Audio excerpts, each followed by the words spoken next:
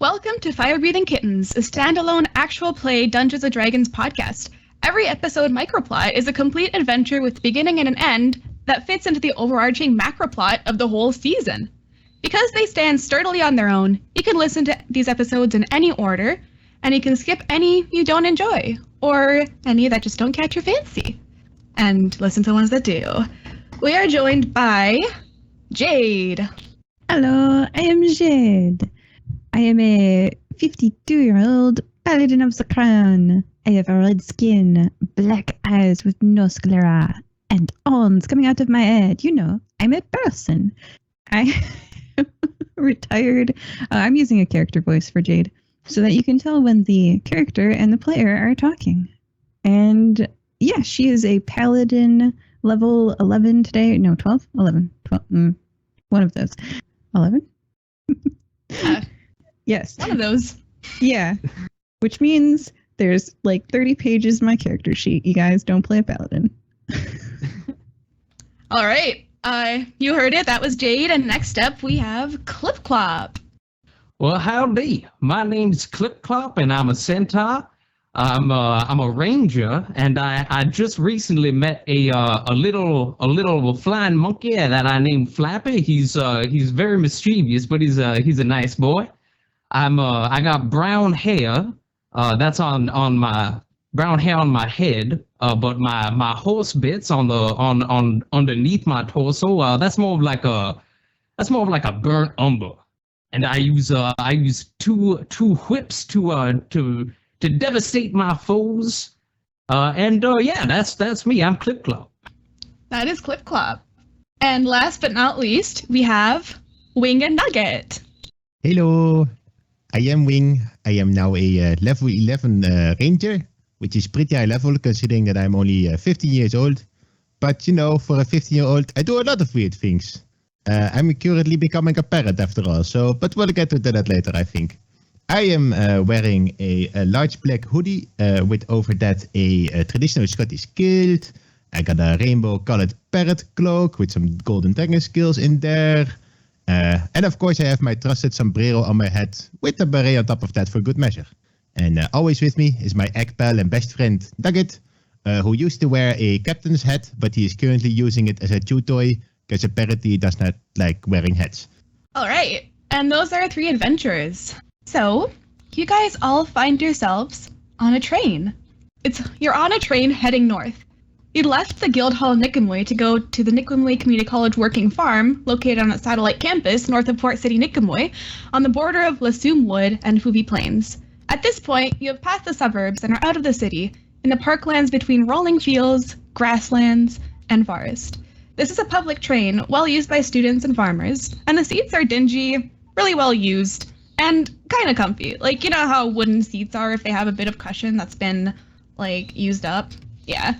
The train is not too full at the moment because it's around 10 a.m. and that's after the rush to get to classes and before the lunch rush, so it is pretty dead in there.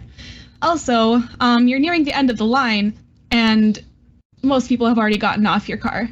So, at the moment, you guys all have your own train car. So Jade, Wing, and Nugget are all sitting at one of the booths, like, because they have some that face forward and backward. Jade is facing forward, Wing and Nugget are facing in the direction the train is coming from, kind of. And Clipclop, you're in a booth that's adjacent to them that doesn't have seats. Instead, it has padded sides, because it's made for people who may be larger or quadrupedal, such as yourself, because this train has accessible design. So, yeah, what do you guys do as you're getting close to your destination? Do you chat? Do you reread the job flyer you got? Or do you look outside and wait for the stop to approach after the 45 minutes you just spent sitting on semi-comfortable seats? I'd just like to say that I love how inclusive this train is. Well, we'll see how inclusive they are, because I imagine that there might be a crew member of the train yelling at us right now because I have turned a large part of our booth section into a giant nest. There's pieces of wood, some feather, some bits of the cushion ripped out that's been used as stuffing. You know, and I'm just sitting on my nest, you know, on my egg while Nugget is protecting us against the violent train crew that probably just wants to do their job. oh, the train crew, like, they tried to do something about it, but then at the end they were just like, maintenance will take care of it. Because they get paid a living wage, but not much more. The people who were sitting next to you, though, before the train car got empty, they were giving you some dirty looks, though. Also, your newfound blue frog of holding, whom you have named Jeremy, is currently sitting on Nugget and croaking very loudly. You've noticed singing the song of his people. Yeah, he's been doing that a lot lately over the past couple of weeks. Like, it was maybe one time or two when you first got him, and then later he's been doing a lot more. Okay, you okay there, Jeremy? You're making a lot of noise. I'm trying to keep it down. The little one is sleeping, and I point at the egg. Rivet. I got some like mushroom dust if you want to feed it to him if he's hungry, making all that noise. Okay, sure. I know Jeremy likes to get whatever he can into his mouth because he has a large extra-dimensional pocket given frog form. So sure, go ahead. Okay. Roll animal handling, Clipclop. All right, I'm pretty good at that actually. Let's see here. Never mind. That's 8. So how exactly are you offering the this mushroom dust? I don't really know too much about frogs, apparently, so I'm just gonna throw it at him, and like I assume his tongue will just kind of like shoot out and catch it as it's like falling into his face. So, Jeremy kind of like dodges it and then looks at you for a second, but then just continues croaking. He is firmly rooted on Nugget and does not want to leave. He's kind of that was the last down. bit of my mushroom dust. Oh no! Since the frog dodged it, is Nugget now covered in mushroom dust? Yes, Nugget is now covered in mushroom dust. Well, let's see what happens. He will start licking himself clean because that sticks on there. After like a few minutes, Jeremy seems to stop having his fit and kind of just like goes quiet and like seems to sleep on top of Nugget. Jade, while this is going on, what are you doing? Her plate armor does a really good job of propping her up, and it's like a portable back brace. So she's trying not to, but she's a little old and she's fallen asleep. It's very comfy. It's got padding in there. Yeah. I mean, it's a long train ride. And this past little while has been pretty like flat, kind of, and not that many stops, because as you go farther out of the city, there are fewer and fewer stops. And especially since there aren't any more people with like screaming children or just like screaming at each other, or people on the bus screaming at Wing to get his nest off of the chair. Oh, now that it's quieted down, she can't resist. She's snoozing. Yep. Power napping. Yeah. So So I have a question. I'm assuming that I'll probably have seen like baby clothes somewhere, like on a baby maybe. Baby clothes on a baby. Yes, you would have seen baby clothes on a baby. Okay, Wig will be knitting on top of his nest. Oh my god. That is adorable. It's not an original design though, of course. It's just a copy. A copy of what he's seen so far. Yeah, just for fun, do you have like what tool are you using to make this? Oh, that's a good question. Let's see. What does Jeremy have stored inside him that would work, please? I should have some. Oh, I have weaver's tools for weaving. Okay. Give me a dexterity check just for fun with adding your proficiency bonus for weaver's tools. Yeah, okay, I got this. 23. 23. That is a really nice sweater. I mean, you are not missing a single stitch in your knitting. Like, you're just going, and you've been knitting it for a while, and you're almost done. Like, you reckon by the time you get off this train, you'll be done. I was born to be a parent. I wake up naturally, having short rested, I guess. And I'm like, oh, Wing, you have come along so far. Oh, thank you, Miss Jade. I watched you do your thing with, well, not with your children, because they're never around you, but I watched you do your thing, like keeping an eye on us, being the parent of the group, I guess. So, yes. I wish they are still around sometimes, but it's best for them to go away after they become teenagers for long enough that you want them to. I don't understand why you would say that, but I trust in your word. Well, you have the best days ahead of you. Oh, are you thinking of names? Yes, it's Nugget Jr. Nugget Jr. will be very happy. Clipclop, are you planning on having little ones one day of your own?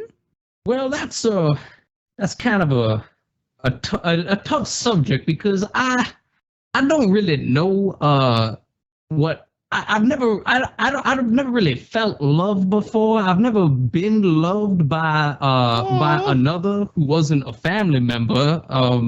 And I've been kicked out of no centaur will have me. So I'm just kind of I'm just wandering the fields and I'm just I'm just doing my own thing right now. Oh, Jade gives you like a grandma hug and like a there, dear. Like it's okay. You can. No, I'm fine. I'm happy about this. Where I came from was not I was in a similar situation as you, and you can leave bad situations and you can find someone. I found Alice. Oh gosh, yeah, it was more than 20 years ago that we met, and when you find the right person, you can make your own family. You will find them. Don't worry. I'm just confused about what would happen if myself as like a centaur were to mingle with someone who is not a centaur, because I don't know where centaur came from to begin with. We're back on so, this. So myself as a centaur ends up meeting, say, like I don't know, a minotaur or something. Like, would they? I don't know. What if they became just like a normal human? I'm not sure what. I'm not sure what that would cause. I don't really want to play with the fabric of society, Where your parents are a half bull and a half horse, but you only get the human parts. You're just a regular dude. Feels bad, man.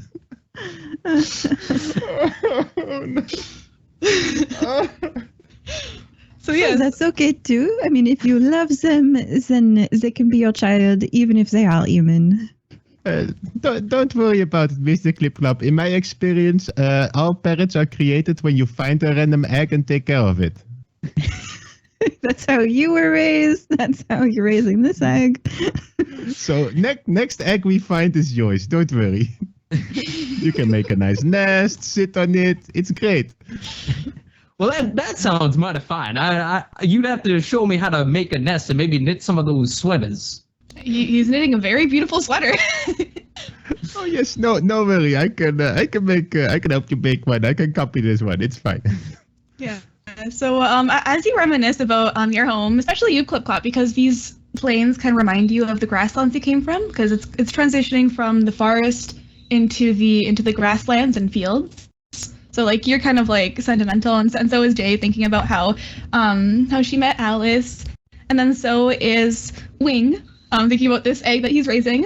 Jay, do you remember you had this conversation with Adele about a week ago, where she told you that her professor is gonna do a research study and hire adventurers. So you were like the first one to know about the job post that got posted that you guys are following now.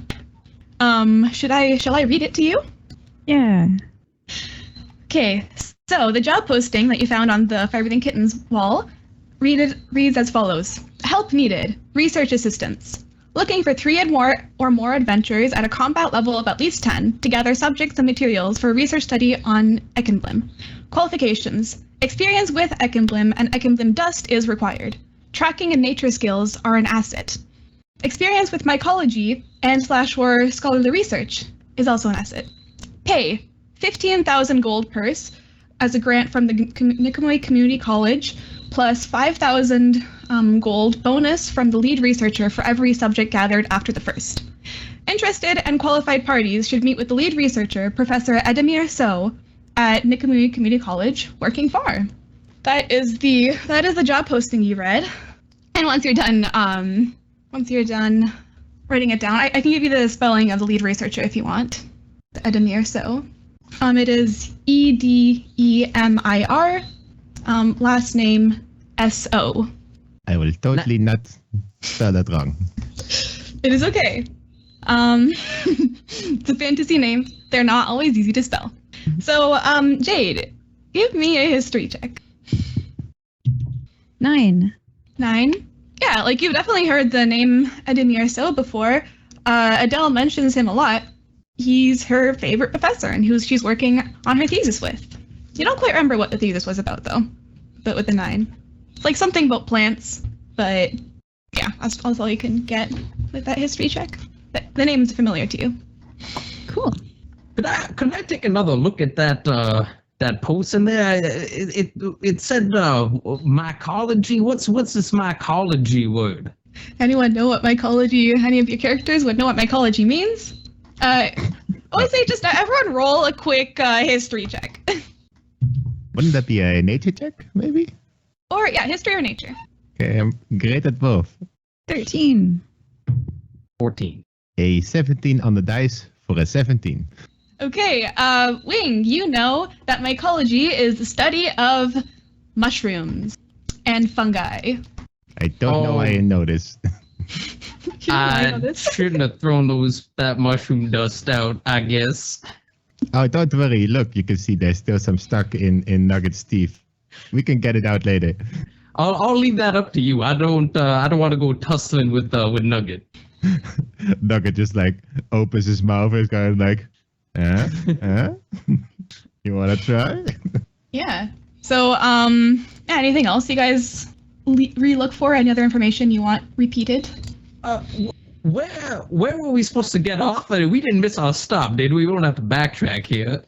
Oh no, it's the end of the line because it's the farthest this particular train goes outside of Nicomoy. This is the express from the college to its satellite campus, but it has other stops along the way. And you can see it's actually getting close to the end of its stop. It's starting to slow down. And like as you look out the window, either forward or backward, whichever way you guys are sitting, you can see this beautiful countryside farmscape with rolling mist off the plains, which is a bit strange because it's already 10 a.m. Like, why would there be mist? But there are some valleys and there's lots of moisture, so maybe that's why, you know? And you see a bunch of buildings every now and then through the mist, some fields with students working on it every now and then.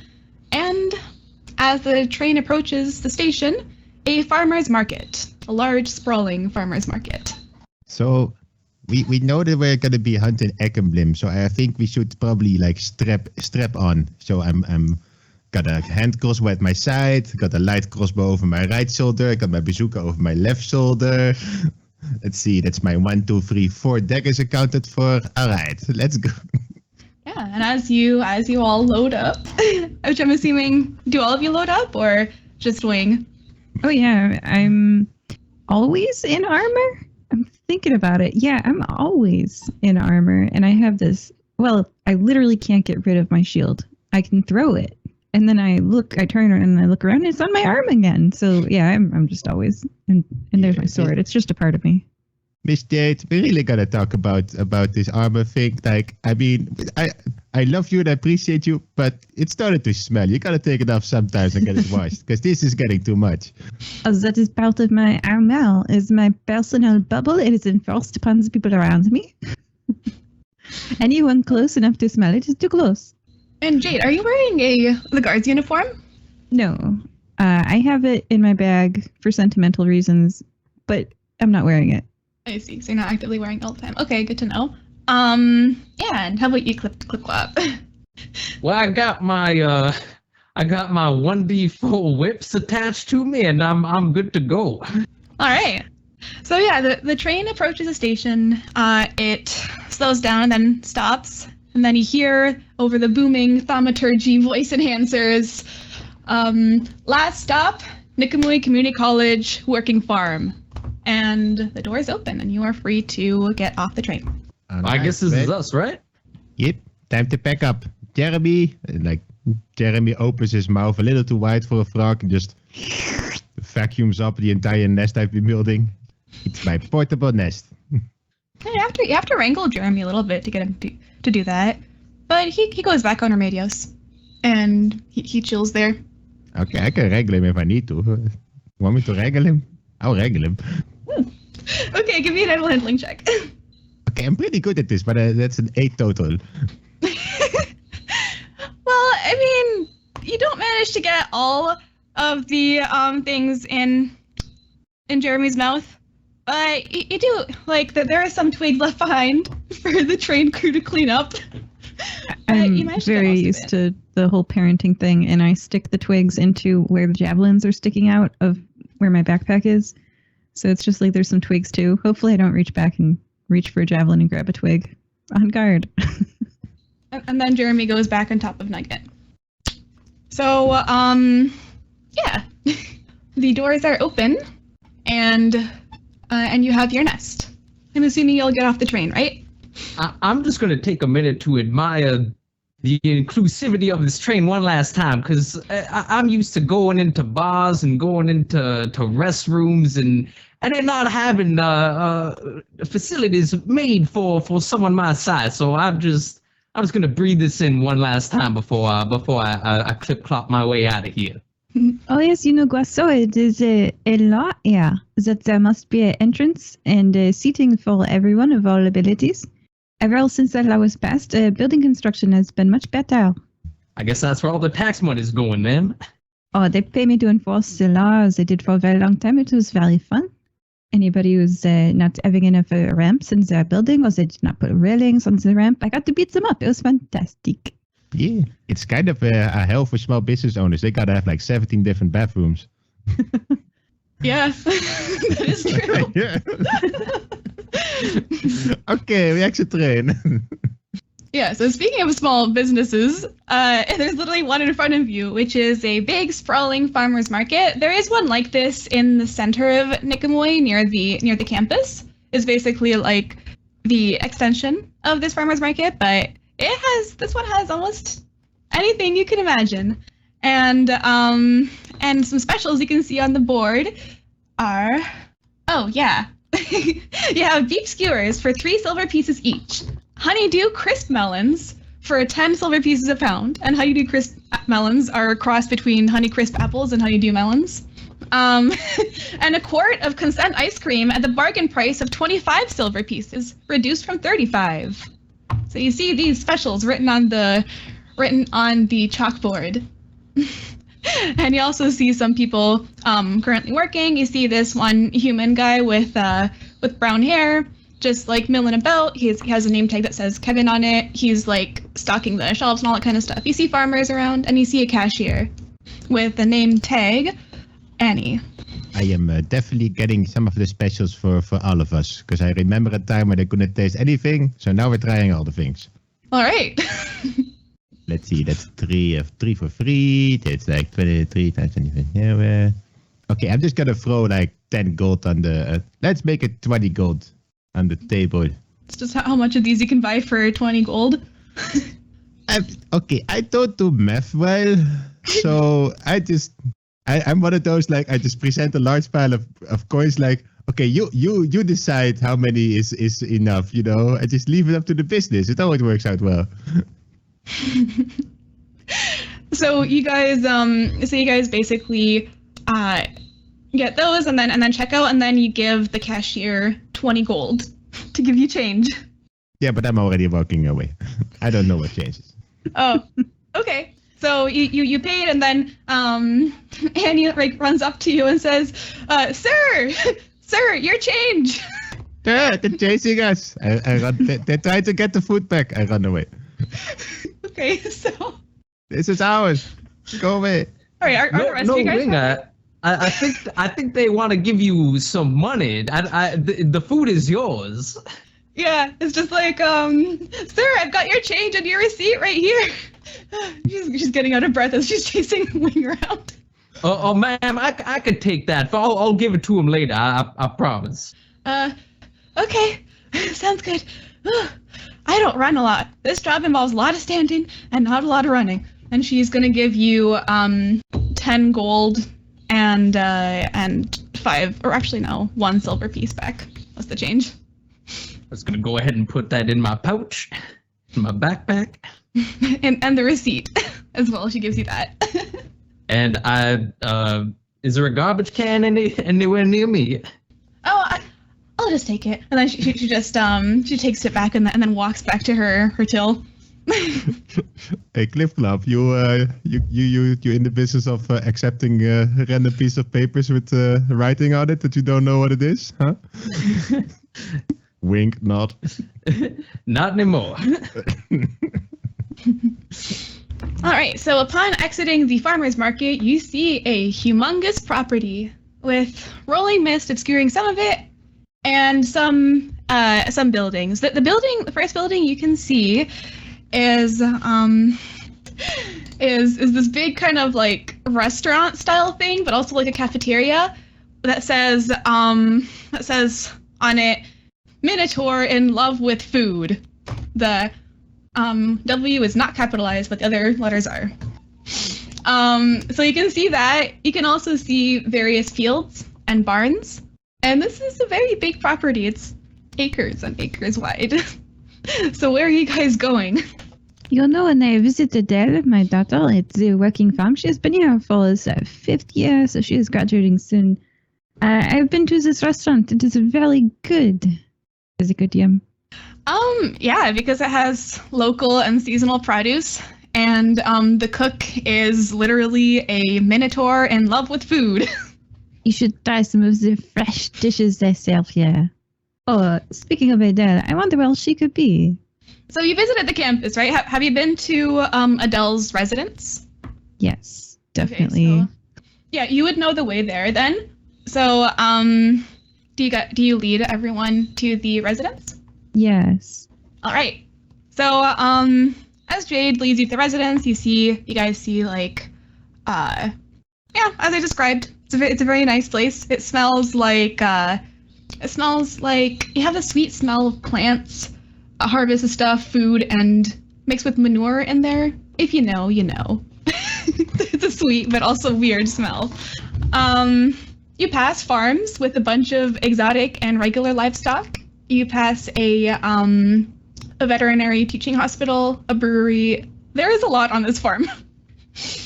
So yeah, you get to the student residences, which are some farmhouse-style apartments. It's like giant farmhouses that look a bit like apartment buildings, or apartment buildings that look a bit like farmhouses.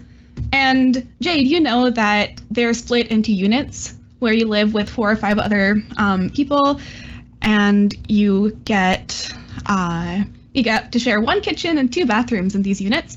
And Adele lives with 5 people named Fiona, Leander, Violet, and Goldie. So you guys walk up to this nice little student residence, and Jade, you kind of like ring in to Ring. And after a few seconds, you hear a voice answering, and says, "Hello, who's this?" And you don't recognize that as Adele's voice, but as Fiona's voice. Hey, Fiona. Hello, I am Jade. Jade, so good that you're here. I brought you some more of the baked pancakes that you enjoyed last time. The baked pancakes? Guys, she's got the baked pancakes. Come on up. And then, like, show the you buzzer guys kind of. the way. Yeah, and I brought so much food with me that my wife Alice cooked. You guys, so much food. Like, there's a normal amount of food. This is more than that. So what kind of try that as well, right, Miss Jade? This honey stuff is really sticky. Honeydew crisp melons. I wish I had someone to cook for me. Oh no! It is really a very wonderful situation. You should welcome that. You know, I found Alice and I've never let her go. She could not escape. When did you happen to meet her? Maybe I'll meet someone there as well. After this. I'll go see if I can wrangle myself a missus. As Jade tries to remember, you guys are walking down the hallway and you come to in front of Adele and her friend's apartment. which is apartment 2E. Yeah, 2E. So, yeah, guys knock on the door. You guys wait for Jade to kind of like finish remembering. I need to know where to find some love. Well, why don't you just become born with another egg pile and then you have an egg pile for life? That also fulfills that role. Oh, there's a very cute story. I was 25 years old and I arrived in Guasso, this country, a few years back, I was pretty new. I did not know a lot of people, but I did know that I loved baked goods. So I went to a bakery every day, right at opening, for the good, fresh baked goods. And I stood in line, and this other person also stood in line with me. And we chatted enough to become friends. And we got married when we were 27. That sounds. And you're how old now? 50? I don't know if that's not polite of me to ask. That's not polite at all. Let's just say we've been married for 25 years. 27. Hey. So my advice for you would be to do some things that you enjoy and find people who also enjoy that thing, and then together, you can both enjoy the activity together, such as eating our baked goods. That sounds lovely. So I just gotta find a person who enjoys wrangling as much as I do, I guess. And all right, I'm learning stuff. Thank you, Jim. No, Mr. Clipclop, I think you misunderstood. We should go to bakeries and pick up people there. That's what she said. If you're waiting in line and you are frustrated, you're not opening your eyes to what is around you. So we're gonna go to bakeries and stand in line the whole day. That the way we'll meet people. Well, now I don't know what to do. That works. If it involves muffins, you are doing it right. So Nice. legit, I've already been to a bakery today, you guys. I bought a sourdough loaf. Sourdough. Straight up. It's good. I already ate some of it. Welcome to Bakeries and Dragons. This is our bakery channel. Get some nice sourdough going. I'm gonna go get some during the break. Yeah, as if on cue, or maybe after smelling these delicious pancakes, the door opens and you see Fiona, this blonde-haired, brown-eyed human girl, just say like, "Oh, do I smell pancakes?" And no, we totally weren't listening to your story. Kind of like nudges Violet, who is a purple demonkin. Hello, I am Jade, and I start like unpacking on their kitchen counter all of this food. There's pancakes and pound cakes and all of the baked things and cinnamon rolls dripping with icing. Oh yeah. Yeah, they're very happy. So Flappy's a little mischievous, so he's like gonna jump off my shoulder and kind of just like swipe some pancakes. Oh, I fill his mouth with food. I give him a second plate.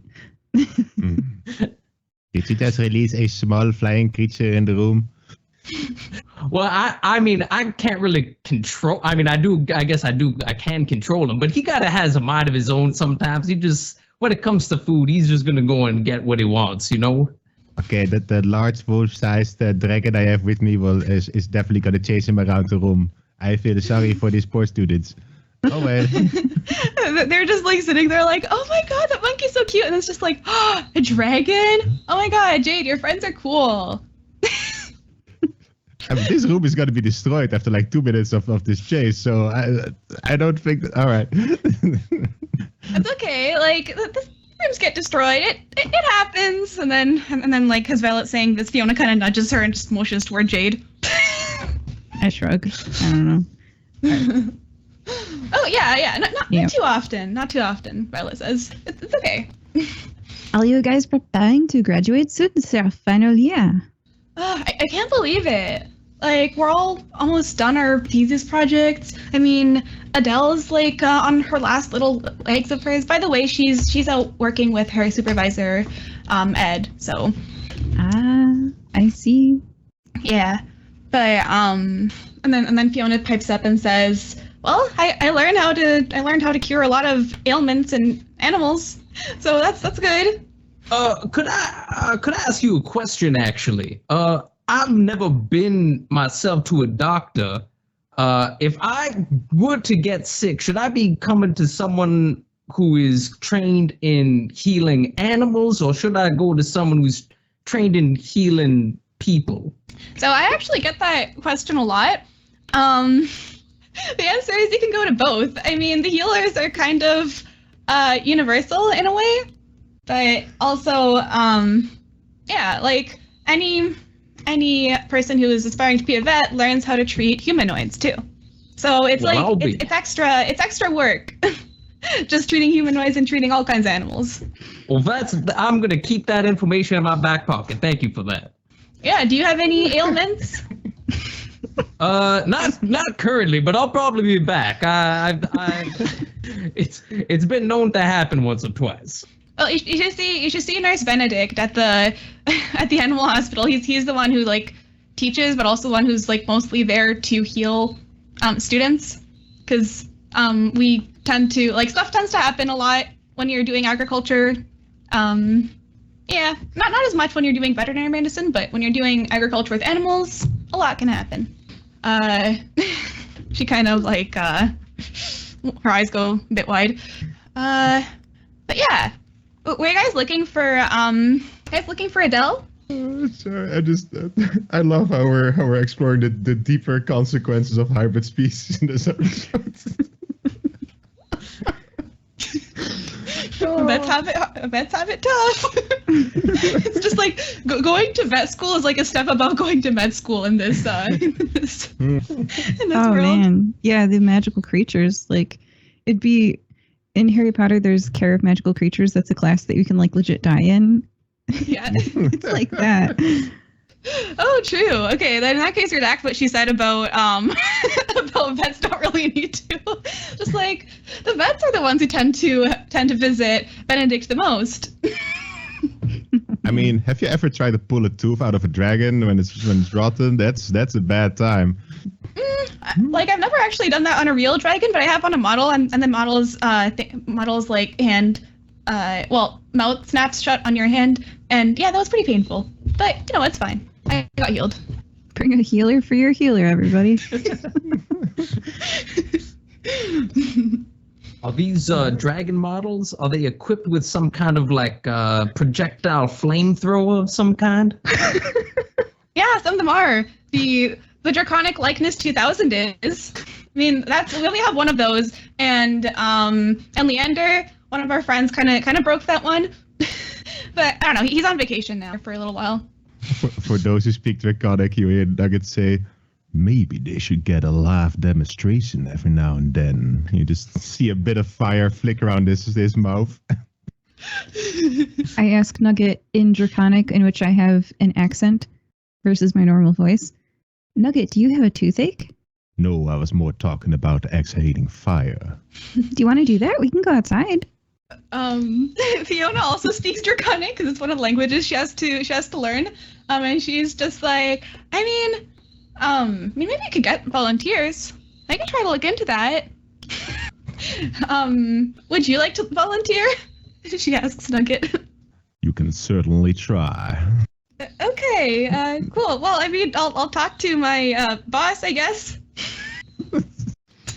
This is the first. You get the impression like she's seen Dragonborn before. She's seen the Dragon Likeness 2000 model. This is the first time she's seen like a dragon. Oh yeah, Nugget learned how to do fire breath things lately, so he's trying to try it out. He's like every afternoon he's setting something on fire now. It's yeah. Oh, Just like fascinating but scary. Kind of get that impression from Fiona. Fiona, have you ever done any prenatal care? We have an egg here that has never been to a doctor before. Perhaps it should be checked out to make sure it's healthy. So I'm in general medicine, but I can call on my friends to come over and do that. Excuse me. Nobody's touching the egg. The egg Have is you fine. ever? But The egg is question: has Wing ever taken it to a doctor for prenatal care? The egg is fine. Let's not worry about the egg. I take care. Well, we used to raise chickens back in the clan. What we used to do, you could actually, I think, if you hold up the egg to like the sun and you look at it, you can like I think you can see through the shell, and you might be able to tell from that if everything's kind of going a-okay. So you could even do that yourself. You don't need us to touch the egg, you know. Good sir, nobody's doing experiments on my egg, okay? This is not a science lab. Well, the egg it is is fine. at school. We are fine. Don't they What do is that kind of school? thing at schools? The students are just like watching, just like eating some pancakes, almost like popcorn, just like. It's like some tea going down here. I don't know what you mean with these words. I was homeschooled by my dad, so I don't really know what this kind of organization structure is. So I will take care of the egg like every proper father does to his child. Okay, that's how it works. I have a case study of one myself and Nugget, so that's two actually. So there. Well, that's more than me. So as far as I'm concerned, you're a professional. Oh yes, that is a good question. Have you told Master Salvaticus about the grandchild that he is having? Well, that's a good point you make. We should probably go tell him. He'd probably like to know that. Okay, we will. Maybe we'll just surprise it when it hatches. It'll be fine. It's Good to see you again, Wing. Oh my gosh, you have a baby. we have baby. Yeah, great wording, Wing. And then, like, you see Violet just pipe up and says, "So, is this egg did you make the egg or lay it, or did you? You made it with a Mr. Salvaticus?"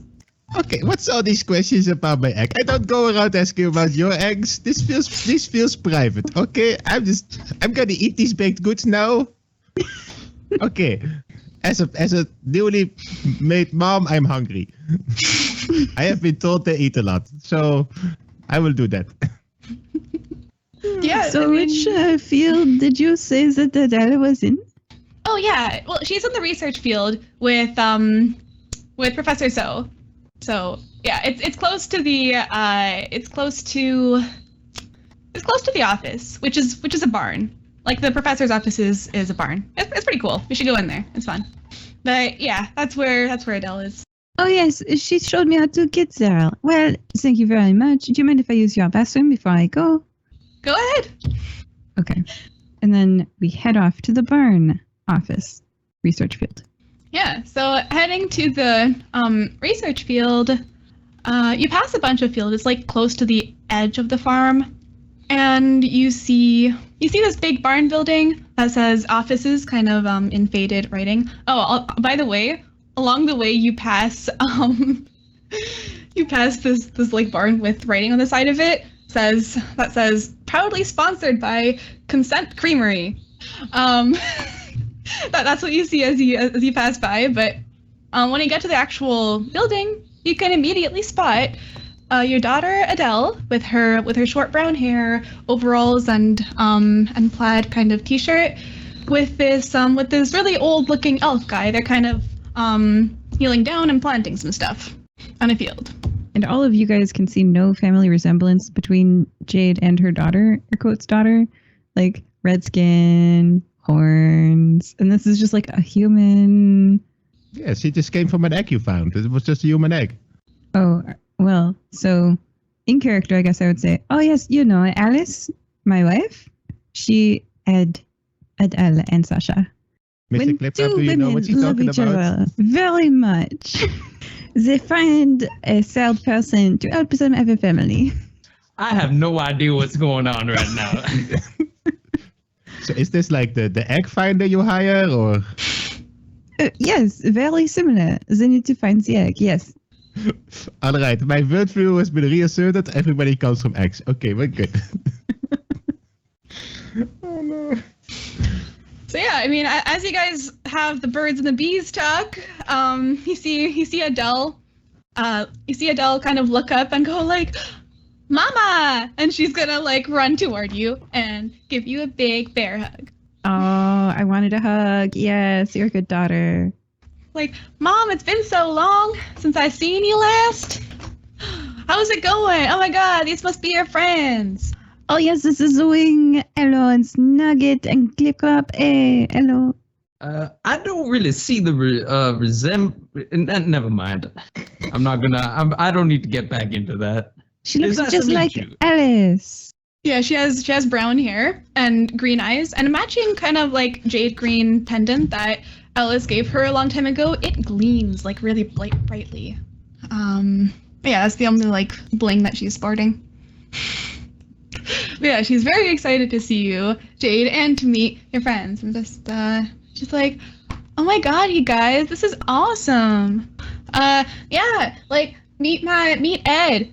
I mean Professor So. I call him Ed, but he tells people to call him Ed. Anyways, and then she's gonna like gesture to like this guy who's coming up. He's an old elf. He's a really old elf, you can tell. He's a wood elf with leathery brown skin and gray and copper hair that he keeps back in a ponytail with a beard, and wearing a farmer's cap, similar to the one that Adele is wearing. And he has clouded over yellowish, amberish golden eyes with a pair of spectacles. And he goes up to you and says, "Oh, hello there. You must be the adventurers that I hired, for the experiment. Pleasure to meet you all. I'm Professor Adamir So, but you can call me Ed, or Professor So, whichever you prefer." And he kind of like grins and goes to shake your hands. You guys shake hands with him? Hello, Mr. Adabirso. I am Wing. This is Nugget. This is Mr. Clipclop. This is Miss Jade. Hello, Miss Adele. I am Wing. This is Nugget. Mr. Clipclop. And you already know Miss Jade because she found your egg. I see that your cataracts are back. I can do another lay on hands if you would like, and I can remove them. Oh, I mean, sure, Like- if you want to. Yes, I mean, just like I did last time, that I visited. Is this okay? sure. And he kind of, how about we go into my office then and do that there? Okay. Once we're in the office, I simply touch him with one finger, like an index finger, poke, and his cataracts go away. He's just like, oh, Jade, as helpful as ever. Thank you very much. And that is, as an action, you can touch a creature and draw power from the pool to restore a number of hit points. Alternatively, you can use 5 to cure the target of one disease. So that is 5 lay on hands to cure cataracts. Yeah, you can see that his the clouds on his eyes kind of go away, and but the pupils are still kind of really dilated and kind of faint. But that's just because he's old. He can't really cure oldness. Literally, I can't. Yeah, let's not go into that further. Into that. Yeah. Jade, what'd you do? His eyes are looking gorgeous now. I mean, is he blushing from the compliment? Give me an insight check. I don't actually care, but Oh, okay. I mean, tiny bit? I don't know. Oh, Mr. Clipclop is blushing. This might be your bakery moment. This very old elf is probably how old do elves live? 700? He's probably around that age. at this point, they've got as much time left as a centaur, wouldn't you say? He's in just a muted kind of breath, I say he's a little bit too old for me, I'm How do you mean? well, I mean he's standing right there. I don't want to be mean to him, he's You're a very handsome wood elf, mind you, but I'm just I'm just a young centaur man, and you're an old wood elf. I don't think it was I am meant to well be. past my prime. Don't worry, I don't have those kind of interests anymore. Well, I that would- is rather sad. I would like to use my mimicry to perfectly imitate the sound of church bells. It's like Adamir says, "Oh, I've been married 4 times now." Yes, I'd rather not get into that, but don't worry, I'm not offended in the Let's slightest. not make it a fifth, yeah. Man, sparks are flying between this old farmer man and Clipclop. This. Oh my gosh. See, he knows what to do. He's experienced, so he can teach you things because you don't know what to do. This is great. He's he's also a little bit too short for me. I feel like I'd be like stomping all over him, you know? Yeah, he's like 5'5" ish. He's quite spry for his apparent age. I mean, he can move around fine. He doesn't have a cane, but yeah, he is on the small side for sure. It's just one of those scrawny old farmers who's been doing that for their entire life. That's the idea that you get from him. He actually says, he's been farming for centuries. If you're looking, then I'm sure that you'll find someone as handsome as you. Will certainly find someone else around here. I mean, oh my. So Eddie, it says here on this flyer that you were looking for some help or something like that. Yeah, he's looking for some help, all right. He can see clearly now the rain has gone.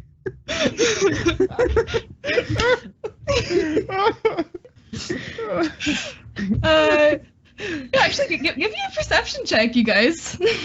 To see if you see something that happens outside the window. I got a 16. 10. At 24. Okay, Wing and Clipclop, you both see that the mist has changed a bit. It's like gone slightly away from the farm for a second, and then it returns. I'm busy got giving. a mind of its own. I'm busy giving Adele cookies. Yeah, she's accepting them. She's very amused by what's going on, but also kind of like, this is a bit awkward. and then Ademir says, "Oh, Adele, you can go back to doing your planting. Just do what I told you about earlier with the corn and the beans and the squash. That is your thesis after all, and you're almost done. Almost done planting them. You just got a few more beans left." And Jade, is there anything you say to Adele before she goes and continues her research? Oh, Adele, I'm so proud of you. You must tell me when you are graduating, and I will come and I will bring friends, and Of course you're gonna come to my grad. That's the least I can do for all you've done for me and my friends. I mean, they love your care packages. They basically thrive on them. Validation, genuine happiness. And then Adele goes to hug you one more time, and then she will take her leave. The true treasure was the validation we got along the way. Yeah. Oh, I'm so glad I had children. I can't help but feel that's kind of like a poke at me for some reason. It's not. I don't even care what anyone else is doing. Just like, life is good. And then, Ademir, after kind of like, after sending Adele back to doing her research, he says, "Oh yes, the job, of course. Oh, Clipclop, I was saying, if you really need to find someone, come to the college, and there's a whole dating pool there. Faculty do not enter, but students can." What's the age range of this school? I just don't want to be going too you know what I mean? I don't want to go into the shallow end of the pool or anything like that. Oh, I mean, all kinds of people go to the Nicomedia Community College. There are people who are going back to school. There are people who just graduated from high school. It is really all ages. No one is too old to or young to learn. Though we do have a limit on how young someone can be to join this university. Oh, well, that's fantastic. But then, you know what? Maybe I'll be back. I've never been formally educated myself, so maybe one of these days Clipclop goes to college. Maybe I'll enroll in some classes, or maybe I could teach something one of these days. I know an awful lot about wrangling animals. Maybe I could be a professor. All right. Well, I mean, admission to this program is quite limited, but I can give you a recommendation. Ooh. Well, that sounds just fine. You flirted with the professor to get a recommendation to the college. You'll fit right in. You'll fit right in. That was my out here. master plan from the start. So yeah, he says, anyways, you are a very fun bunch. This is the most fun I've had in a while. But back to the job that I hired you for, and I'm paying an entire research grant, plus potentially my own personal funds for you to do. Yes, it's basically, you all have experience with Ekenblim and Ekenblim dust, am I right? I think I've heard of it. Is that like something with your nose, like some kind of congestion? I mean, wait, no. The flyer clearly states that we must have experience. I know exactly what that is. Of course. So this is out of character. Do Do you? you remember the time that there was that moth person who stole? Oh, Prancing I'm Hippo. well aware. Yes, Willie gave me a very in-depth explanation of what it was. So is it like, are you, okay, just give me a general performance check, I guess, to see how you like communicate this information that you know, but like you forget, but like you know, but you don't know, just to see if he gets that. I'm gonna give you a little help that you see out of the corner of your eye that Nugget is licking himself, but he forgot that his tongue is still out of his mouth, so he does the blem. You have guidance now for 1d4 bonus. Oh, fantastic! In that case, that's a 10. A 10. Yeah, I mean, you convey that. He's just like, he was like looking at you for a second, just like, did Nulisag do me dirty by sending me people who have no idea what they're talking about? Then he was like, oh, okay, he knows, he just doesn't know the term. He looks kind of relieved for a second and says, oh, well, it's good that old Nulisag pulled through. Who are you calling old? Look at you. I decided who I wanted to use my other 3 cans on.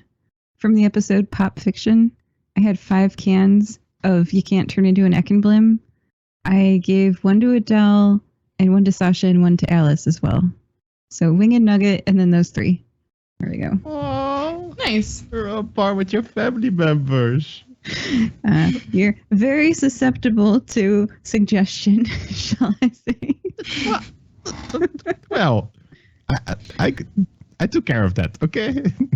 Everyone Guidance. seems to be having a great time getting all these gifts here. I think you'll figure it out. You're fine. Clipclop. Oh, speaking of gifts, I have some for you that may help in your endeavors. So yes, the job is essentially to catch as many of these Ekenblim as possible. I needed level 10s or above because they are quite difficult to catch. Definitely not easy. And the more you can get, the better. In fact, on top of the 15,000 I'm paying you all, the price will increase. The reward will increase by 5,000. Well, 5,100 since there are 3 of you. For every one that you catch. But there are other things that I require from my research. Also, someone in the process of becoming an Ekenblim, and the Tree of a Dryad, a bottle of impure dragon's blood, and a vial of pure dragon's blood. Though that one we will discuss at the end once you've found the other ones, because that would be the hardest one to find. Nugget, would you like to donate some blood really quickly? Yeah, the dragon right here. I got a dragon. Well, technically, I mean, he has You would the be a drake, dragon. right? He has the dragon type. So I don't know if that counts. So do you say something like that in character? Yeah, his character voice. Hey, Nugget, would you like to donate some blood? Oh yes, that would satisfy the requirement for the impure dragon's blood. But true dragons. Excuse me? True dragons are in a bit of a different wheelhouse. You see, true dragons are almost divine in nature. You have to become a full adult dragon and then ascend to true dragonhood. It is not, even adult dragons that are pure blood may not always be true dragons. Well, after that whole spiel, you can say goodbye to your vial of impure dragon blood as well. Not pure dragon. Gee. You're dragging enough for me, Nugget. How are we supposed to transport a tree? Jeremy. Oh, just the branch from a dryad. Okay. Though the most important thing is the Ekemblim and the people who are becoming Ekemblim, because the Dryad tree is not all that difficult to acquire. It would just be helpful. Okay. Have you seen any around here? Oh, Dryads? Yeah, there is in the wood, one stop before the train station. There are some Dryads, though. They tend to make their location hidden. They're not easy to find. Well, I guess we should go start. Okay. Oh, and by the way, do you know if the Minotaur in Love with Food, is there a live music event tonight? A live music event? Well... Is that only on Tuesdays, or is that tonight as well? I haven't been there for a little while, so I'm not quite sure. I think it's only on Tuesdays that there's the live music event. Oh, damn. So the band the last time was so good, so I just wanted to ask. Okay. I'm not tussling with Minotaur, so that's all you, Jade. You have fun. I was looking for Ekemblim by looking for performers, but okay. Artists, you know? Anyway, so you guys want to go find it? Oh, yeah? And before you guys leave, he says, oh yes, I was going to give you some stuff to aid in your investigation. Here are some dimensional shackles, and he's going to give you 3 pairs of dimensional shackles. These are to restrain the Ekemblim because they are quite slippery. If you acquire more than 3 Ekemblim and find a way to restrain them, congrats. But once you found them, then you can just use this teleportation scroll that will get you right to the nursing station here. And then I will know and I will come to find you. Are you going to kill them or something? Are we kidnapping people for you? Like, why are you... Oh, you wish to know what kind of ask? Research? Yeah. I mean, we are kidnapping people, that's for sure. That's 100%. Yeah, why are you not able to get your neck emblem? Have you put out an ad and offered them the gold? Oh, they definitely wouldn't take it. Gold is not something that interests them. I've done enough research about them to know that. I am testing out something that will bind to their wings and make them unable to fly or produce the dust, in fact. I consider it has been hard for you to get them to volunteer for that. So we're kidnapping people so you can scientifically experiment on them? Yeah. Well, Yes, it seems they like are- it's for the greater good. Yes, indeed, it is Yes. for the greater good. Because if we are able to create a fungus that can do that, it can spread to other ones, and thus they will not pose as big a threat. By we, I mean my research team, who you might be able to meet after you get the Ekemblim. He's really he's quite a special one, kind of like lights, Okay. eyes light up. This might be a silly question considering you're kind of like hiring us, but you don't happen to know where there might be any Ekemblim around here, do you? Oh, your best bet to look for Ekemblim would be in the places where people who are most vulnerable emotionally would dwell. For example, the downtown Nikamui, or in the other campus of community college, because this one has quite good mental health supports. There are very few cases of Ekemblim, if any, that happen here. But yes, places where there's not enough adequate mental health support, where people go where people stay who feel unwanted or compelled to join a greater cause, even if it means the destruction of their own selves. Well, So, like, for example, kidnapping people to help you out with your scientific experiments, even though that it goes against the law and stuff on my own morals. Miss Jade. They're evil creatures and also not individuals. This is fine. Yes, they have some sort of hive mind, and they've been kidnapping a lot of people and converting them to their own members. They are quite a menace to society. They are not. Whether they are people is uncertain. Whether they are a threat is certain. Oh, elves. You know, there are other races in Nikimoy and in Guaso, and they are also people. I feel like I have this conversation very frequently. So you'll see my skin is a different color, and I have horns. I'm also a person, and, you know, you guys, children of the camp, it's been not long enough for me to have this conversation again. Okay, but I'm with you on the branch from a dryad as long as the branch is okay with that. So, hey, you guys want to go back on the train? My party members? I'm I'm just worried about something that was said. That it is said. I've learned on the train that I'm apparently pretty emotionally vulnerable right now after all that children talk. So, like, could I be a neck and blim? Like, what's Oh my gosh. You are our bait. This is perfect. If they do come across you and you see anyone who asks you to join their society and who says that your talents would be much more appreciated there, then you will most likely find yourself a neck emblem. So the more emotionally vulnerable you are, the better. For them, yes, because it will be easier for them to manipulate you. Oh my God! I have emotional vulnerability going through the roof. I lost like my whole family, and I lost my brother who I loved. Like I got nothing. I'm kind of a train wreck here. So, I think we're good guys. Honestly, I think I could. I think I might be able to do something. You would be a prime target indeed. Okay. But Jade, I have a question for you. Are you aware of what happens when someone becomes an Ekkenblim? Thinking back through Jade's experiences, she saw one trapped in a bubble. She freed it. She wasn't there for a lot of the worst Ekkenblim stuff. I don't know. Yeah. Was she there for... No, she wasn't in Dustbusters or... Yeah, no. Was she in Heartfelt Colors? Yeah, but like... Oh yeah, I saw the cocoon guy. That's right. I saw that cocoon. Yeah. So wait, what was the question? Are you aware of what happens to people once they become Ekkenblim? Oh yes, they get wrapped up in a cocoon and forced to paint naval battles of ships driven by zombies into one another, crashing and destroying the ships. And since they paint it, it's a very beautiful painting actually. Yes, for the purpose of augmenting their own culture, they are driven insane and then promptly lose their selves. Their bodies become shells of what they were. Literally, they get an exoskeleton, and their souls are no more. He kind of like pauses for a second, as I have heard someone say that the devils are the ones who get their souls, but I mean, I don't have a lot of more information about that.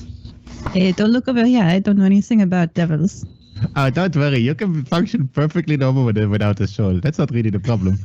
Oh yes. You you are doing fine. Yes. So really, it is less kidnapping people and subjecting them to experiments and more bringing down pests that are a threat to this plane's very existence. Well, step one, find the branch of a dryad. So, would you like to go on the journey with me, my party members? Some of these are easier than others. Mine party members? Switching to a different language? Why do we need to get on the train for? Aren't there some trees like all around here? Can't we just like rip a branch off a tree here and then be on our way? It has to be an awakened tree or a dryad. It has to be something that is an animated tree, not just simply a living one. Regular. Oh, where is Simon when you need him? Okay. I was tussling with some trees in this cathedral before, and it wasn't a good time. I don't know if I want to go doing that again, honestly. Do you still have any of the branches? No, but I had some of that mushroom dust. But there was no branches, unfortunately. The mushroom dust I also got from some of the, I guess like the animated trees ended up sprouting mushrooms at a skirmish, and I got some of that, but I kind of threw it at the frog, so maybe not anymore. Do you have any more of this mushroom dust? I think it's in Nugget's. There was some in Nugget's teeth. Wing, I'm gonna leave that to you if you wanna try and maybe scrape some of that out there. I would not recommend sticking your hand in Nugget's mouth. So, okay, we will try. Okay, Nugget, and this is gonna get some of this off your teeth. I'm not brushing your teeth. I know you hate that. It's just getting it off. Okay, here we go. Check. Okay, I got some for you. Do you have a Band-Aid? Oh, yes, we keep plenty of them around here. and he's gonna hand you a little plaster. I'm giving And- myself 10 damage. 10 damage. Lay on hands. Down to 40. Yeah, he's got a big mouth now. Yeah, you're fully healed. I just give you a little tap. Ooh, thank you, Miss Jade. Okay, and then Edemir says, "Oh, thank you. Well, I appreciate that. What's with that frog?" And then like he's gonna look at the frog, which is again kind of freaking out on Nugget. Like he was doing that ever since you you like tried to get some of the dust from that. Okay, Jeremy, what are we doing here? I'm gonna use speak with animals to see what's up now. And he's like, can you just calm down for a second? Oh, sorry, a frog. So then the frog looks at you, and then says, "I have to protect Remedios. I have to protect Remedios. Remedios of the golden scales." That's what the frog is saying, and that's what, like, if you speak with animals before when he's been having this fit, that's what he says a lot of the time. Okay, who's these Remedios with golden skills, fellows? Remedios of the golden scales. Need to protect him. Okay, you're repeating something doesn't explain it. He's not there mentally, and then he just looks around for a second, and then seems to snap out of it and says, "Flies? Okay. Do you have any flies?" So I'll probably have purchased some snack flies for him at some point. Yes. So snack flies, here you go. Open up a jar so flies come out. Jeremy opens his mouth and they trickle into his system. Says, "Thank you," and then he's like croaks contentedly and goes back to chilling on Nugget. Okay, does anyone here know what the Remedios of the golden scales is? Apparently it needs to be protected. Like my frog of holding is freaking out. I mean, Do you guys have never heard of it. Never heard of them, no. Give me an insight check. Okay, I'm great at those. All of us? Yeah, anyone who wants to see if, anyone who's curious. Natural 20. Let's go. Ooh, natural 1. I got a 22. Okay, so those of you who rolled above a 20, you see Edemir, like his eyes like go wide open for a second, but then he just like composed himself again and says, "Something the matter with your frog?"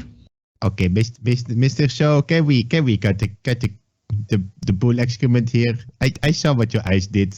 Okay? What do you know? Tell us what you know. Remember, I have a bazooka. Ooh, No, he hasn't done his recommendation for the college entrance yet. That could also be fixed by bazooka. Well, Edemir is going to just say, "Oh, well, Remedios of the golden scales," he said. Yes, that's what I said. Well, you know how I mentioned a vial of true dragon's blood at the end? Yes. Well, that is the name of a true dragon. Okay, cool. Where is it? Oh, you would need to bring me the Ekemblem first before we can do that, for he is looking for people to help with the Ekemblem investigation. But first things first, my old research. Okay, so we bring you Ekemblem, branch of thingy, and then this dragon will help us. Okay, cool. Oh yes, but that is not something you should mention lest it gets into the ears of the wrong person. You see, Remedios has been quite sought after for a long time.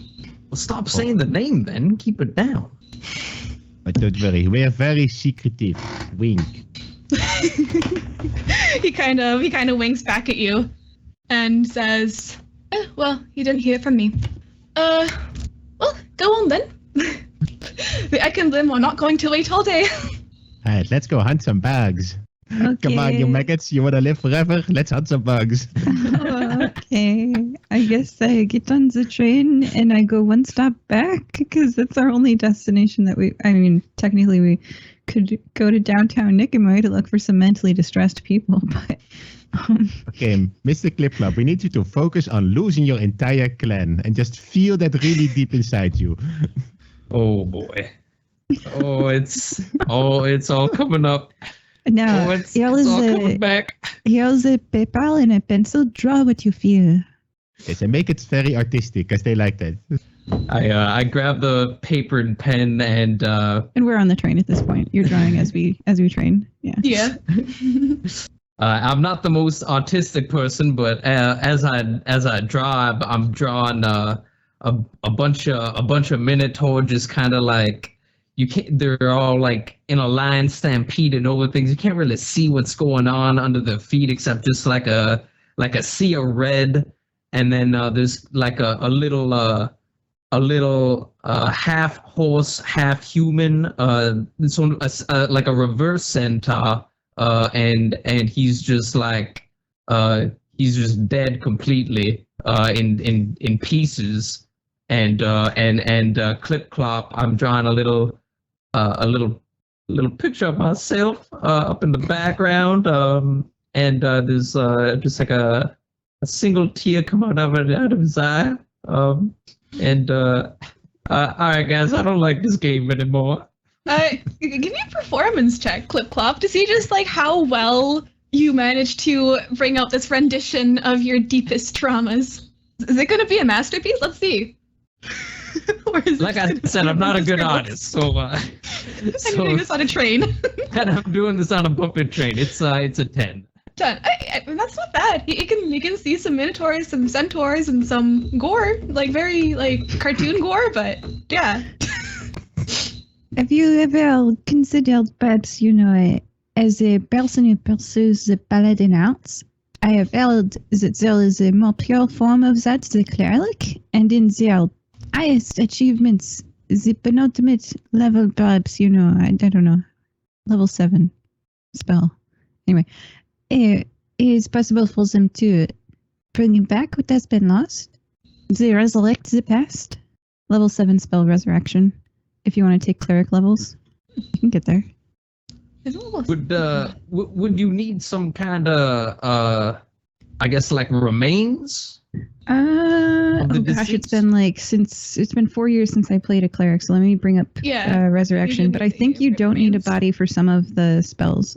True resurrection. True resurrection. Yeah, you don't. So I would say in character, because Jade has no idea, she would say, that would be something you would have to pursue yourself.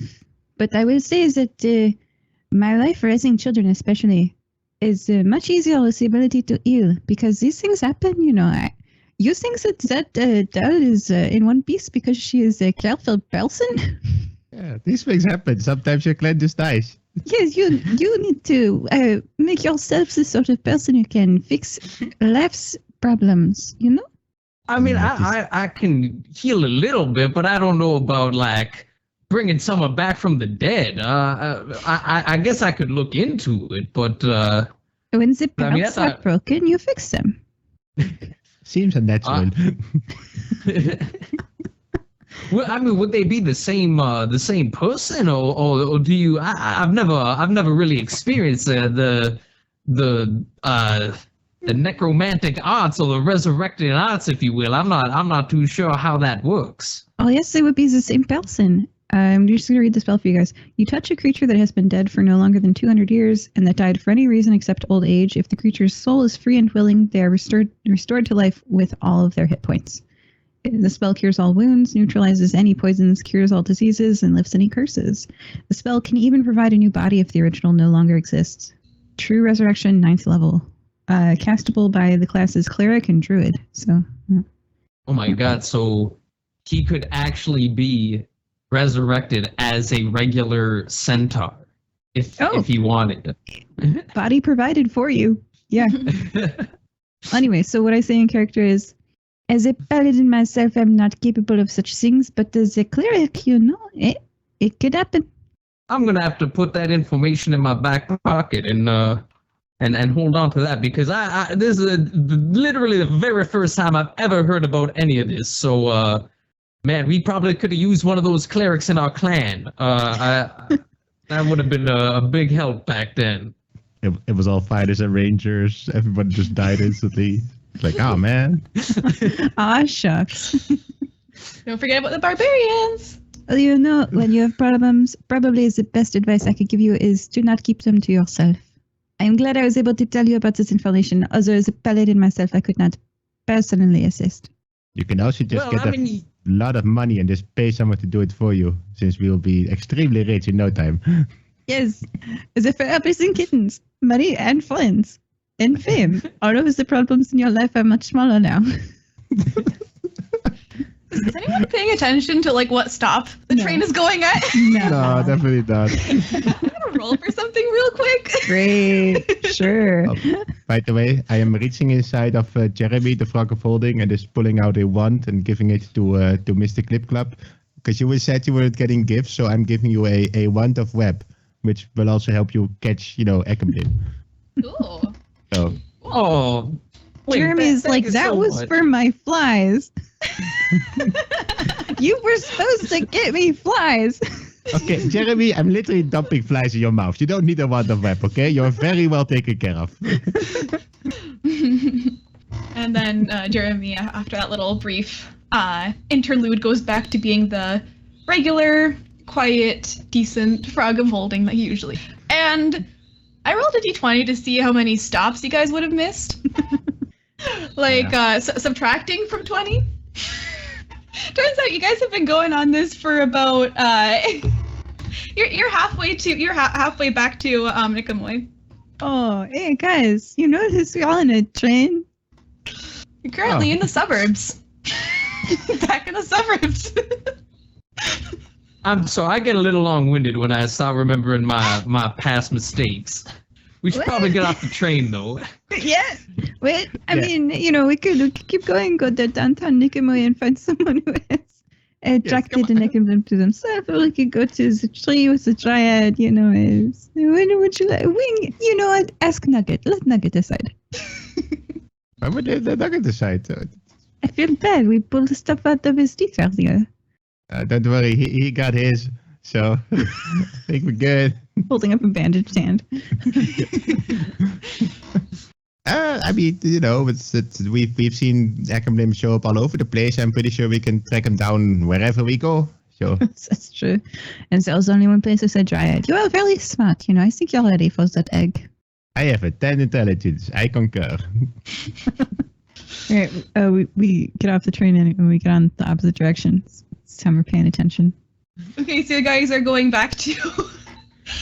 Okay, so you'd have to get off of the train and then catch the next one, which there's only one express train that goes from the main campus to satellite campus. So you guys are like, it's gonna have to make its way back and then back to that place. So it's gonna be about like half an hour before you can get the train back. But you guys can do stuff during this half hour here in the suburbs. Yeah. All right, let's find a depressed person in the suburbs. That should be easy to do, and then we can catch an Ekamblim. Depressed people in the suburbs. How do We you try guys to- go about finding this? We follow the scent of salt, because tears are salty. Okay. Oh no. Okay, you know what? Finding sad people in suburbs. Give me like anyone who's like looking either survival or insight or perception check. One of those wisdom skills. Insight would be like how sad are the decorations of these houses. Perception would be like how run down are they, and survival would be following a trail of tears that Wing mentioned. My survival's pretty high, so I'll start like sniffing around for some tears, I guess. You're sniffing for tears. Oh yeah, and illicit drugs because it's quite depressing in suburbs. Tears, illicit drugs, My goodness. teenage hormones. This is a rough one. All right. Okay. Yeah. I got the 17 survival. I 17 got 17 as well. Same. Nice. Also for survival. Yeah. 5 plus 5 for insight because I'm looking for lawns that are too tall. Lawns that are too tall. Yeah, yeah, unkempt lawns. Yep, good one. So yeah, as you guys go looking around, just some Yes. rolls real quick. Yeah, you see like this particular part of the suburb seems like kind of nice at the beginning, but the more you look around, the more you realize that some of these lawns are unkempt, and there is a fine trail of a wide, fine trail of Ekamblim dust that leads to a house at the end of the cul-de-sac. You Cul-de-sac. guys follow. you guys go to the cul-de-sac. It's a funny word, cul-de-sac. Yep, cul-de-sac. Yep. I believe in French, cul means ball, doesn't it? Cool? No, cool means butt. I'm pretty sure in French. Like the butt of so the there sack, you go. literally. If the butt sack, I guess. I'd be depressed too if I lifted the butt sack. Yep. Alright, we follow this trail to the house at the end of the cul-de-sac. How's his house looking? Yeah, I mean, you guys got off at the suburbs. So... Oh my god. Anyway, yeah, this house is looking like it's, again, fine at the beginning, but then the more you look, the more you realize, like, that there are some toys that are littered around the lawn. Beer cans, too. This seems to be a haunt for local teenagers. And then the people who inhabit the house just eventually gave up. Yeah, like the Buckingham dust clearly leads to this house. But what do you guys do? It is a house with a locked door, and the lights. I mean, well, it's midday, so you couldn't see if the lights are on, but you can see like shadows flitting inside of the what's it called? Place. All right, guys. If there's one thing I know about locked doors, is you kick them open. So that's I don't know if you guys have a better idea, but I'm just gonna throw that out there. Kick open the door. It's my specialty. Which I'm perfectly happy to do. I saw Wing do the same thing in heartfelt colors, so I just stand back. That sounds perfectly reasonable to me. All right. So are you guys both like attacking the door, or just one person? I'll let you go first. You know, you're the expert. All right. Clipclop, roll to attack the door. See how much you smash it. All right. So I'm gonna turn around. I guess I'll use my hooves. As a centaur, I have the hooves attack. So I'll use my back hooves. That's a 1d4 strength. Okay. So that is a. Oh, should I roll I assume it's just a stationary like door. unarmed. Yeah, it's the door. So I don't have to roll like a 1d20 to make sure I actually hit it, right? I'm not gonna miss the door, am I? What's your hit bonus? Where is that? Strength plus proficiency. Yeah, strength plus. Oh, then that is 22. 22 to hit. Okay. Yeah, that definitely hits, and you like the door busts open. How much do you bust the door? Roll for damage, please. Just how broken is this door? That will be a 10. 10 points of damage to like it's definitely like splintered. It's caved. It's a bit caved in, but not like entirely destroyed. It's like enough that you need to replace it, but not enough that like it could seriously injure whoever's standing inside. You know, but the door does swing open. That's all I wanted. I didn't want to hurt anyone, you know. I just want to get inside. Yeah, good job. So then, like as the door opens, you hear panic screams coming in from inside, and it's just like, oh no! First kidnapping and then burglary. No! And then you see like this. You see this one man, this red-haired, blue-eyed human standing at about like 5'10", coming with a lamp, and he's like, "No, you will not take any more from us." He's armed. Pulls out bazooka. Oh man, I don't even know how Jade would react to all this. I mean, like, I guess I would call out, "Hello, we are from we are here to help, and we heard that you needed some assistance." FBI, I mean FBK, open up. The door's already open. He kind of like he sees that you guys are quite armed. Wing, are you holding the bazooka? Of course. Oh my god, yeah. He just like he kind of like puts his thing down. He's just like, "Oh, FBK. This must be some organization that I've never heard of." Well, I mean, you guys came too late. They already took my children are gone. Holy cow! And you did not report this to the Nicometan Guard? This just happened an hour ago. Like, they were seeing some shady people telling them to join a cult or something. I didn't think they would actually join. Yeah, I didn't think they would join. They told us about it, and then I thought that I talked some sense into them, saying, no, you don't go joining cults. And then they were like, no, it's not a cult though. Like, I'm special. No one's ever told me that in my life. And then I told them, well, I mean, if you go around thinking you're special, that's some form of entitlement. Then we had a fight, and then they left, and someone took them, and I don't know where they are. All It's happened an hour ago. I Just turned to Wing. I was like, Wing, don't listen to this lady. Is she a lady? I don't know. It's a guy, yeah. Do a character voice for this one. Don't listen to this person. Tell your egg it's special every day. Every single day you can. Tell it it's special. Otherwise they're gonna go join in cults. Oh yeah, of course. I already do that every day. Yeah. Oh gosh.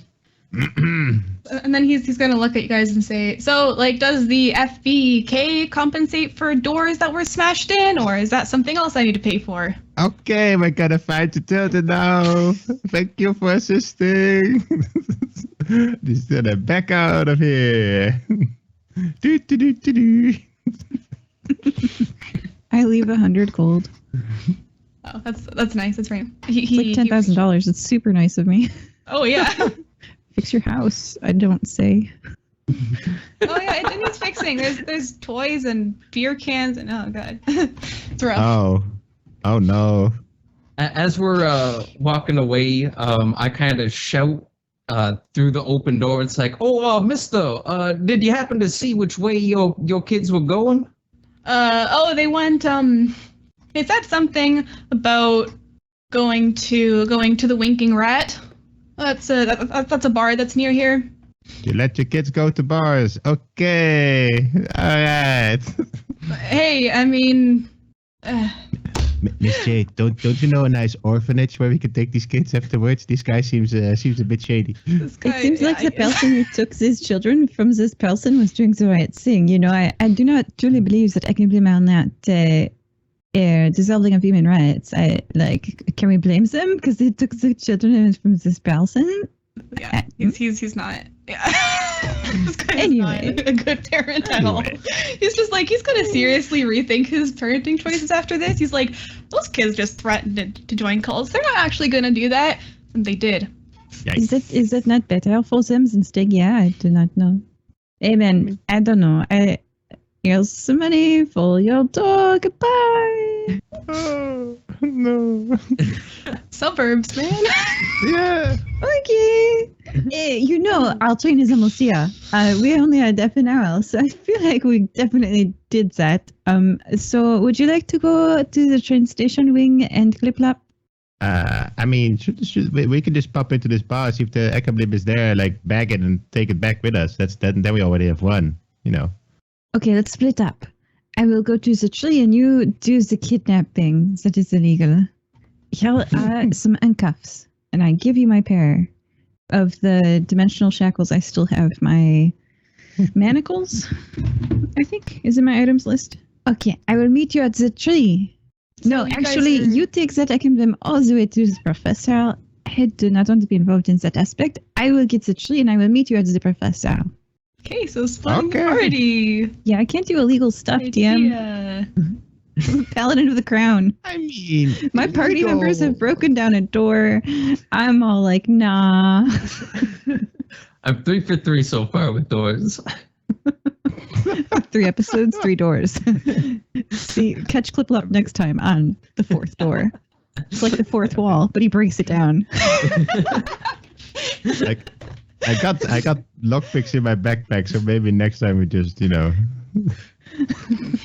Well, I got hooves though. I don't know, but Yeah, that's all right. Let's go to this sleazy bar where children hang out. Apparently, quick pop in, step Okay, a little look so around. Wing and Clipclop go to that bar, and Jade goes all the way to the tree. Okay. Yeah, this will be fine. I'm sure we can handle an Ekniblim with 2/3 of our party strength. It's fine. Yeah. Definitely. So, how are you guys gonna find this bar? That's a good point. I guess I'm just gonna like look around. Mr. Clipclop, you seem like a miserable person. Have you been drinking at this bar by any chance? No, I haven't really left the rolling plains too much. That's kind of where I usually hang out, except when I'm in the guild hall. I do enjoy a good drink at the guild hall, but I'm not too familiar with this part of town. I'm not too sure. I'm kind of tall though. I feel like maybe I can like go on my back legs and maybe like stand up. I can clear like a good like 9-10 feet when I do that. Maybe is that higher than the houses here? Centaur standing on his back legs. That's so. That's Well, weird. I mean, the houses here are generally more than 9 or 10 feet tall. As I guess as I look around, I notice that I guess it's too tall for me then. I don't know. I guess you probably should have asked that guy. You know what? Maybe I shouldn't be kicking doors down. I feel like people don't take too kindly to that. Nah. I think you're reading too much into the situation. That's I think most situations probably fine. We'll just add some. You know, if we see some locals along the way, like hello, we are looking for. What was the bar called again? And The winking rat. The winking rat. The winking rat. Oh dear. Okay. Yes. Hello, local person. Do you know the winking rat by any chance? Yeah, well, you do see someone walking down, a woman this time, and she's just like, "Oh, that old bar? Yeah, it's just the south. Just go 2 blocks down and turn right, and it's in the middle of the block." Yeah, that's where the winking rat is. Okay, thank you a lot. I gave her 50 gold for helping. Wow. she looks at that and she's like, thank you. She's just like, her eyes just like clear up entirely. Won't 50 pay gold? to fix a broken door, but we'll pay 50 gold for some information. All right. Well, Jade did pay 100 if you still did that. Did Jade do that? So, yeah. Jay did, but Wing refused. He started leaving at the very mention of it. I think that wasn't really our fault. You know, the door was standing right in the way of your hoof. So, I mean, that's the door's fault mostly. Okay, so We follow those instructions to the bar. yeah.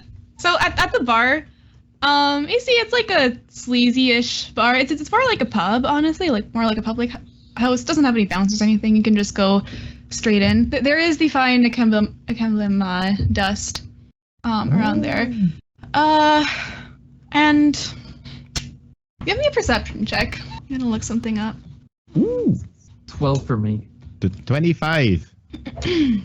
Yeah, so you guys actually both see at the very top of the bar, like right on top of it, you see a moth person. A person with moth wings, beautiful porcelain skin, and just this golden this fine golden powder trailing down his wings. They try to hide, but they're not being very good at it. So they're kind of relying on there not being too many people around, but once it sees you, it is going to take off. It's going to take off in midair. Start flying up. I turn to Wing and I say, do you know how these dimensional shackles work? If I like throw them, will he just get caught and then we can take him? How do these things? I've never used these before. I have no idea. Just do it. Can you fly? Are you one of those flying birds?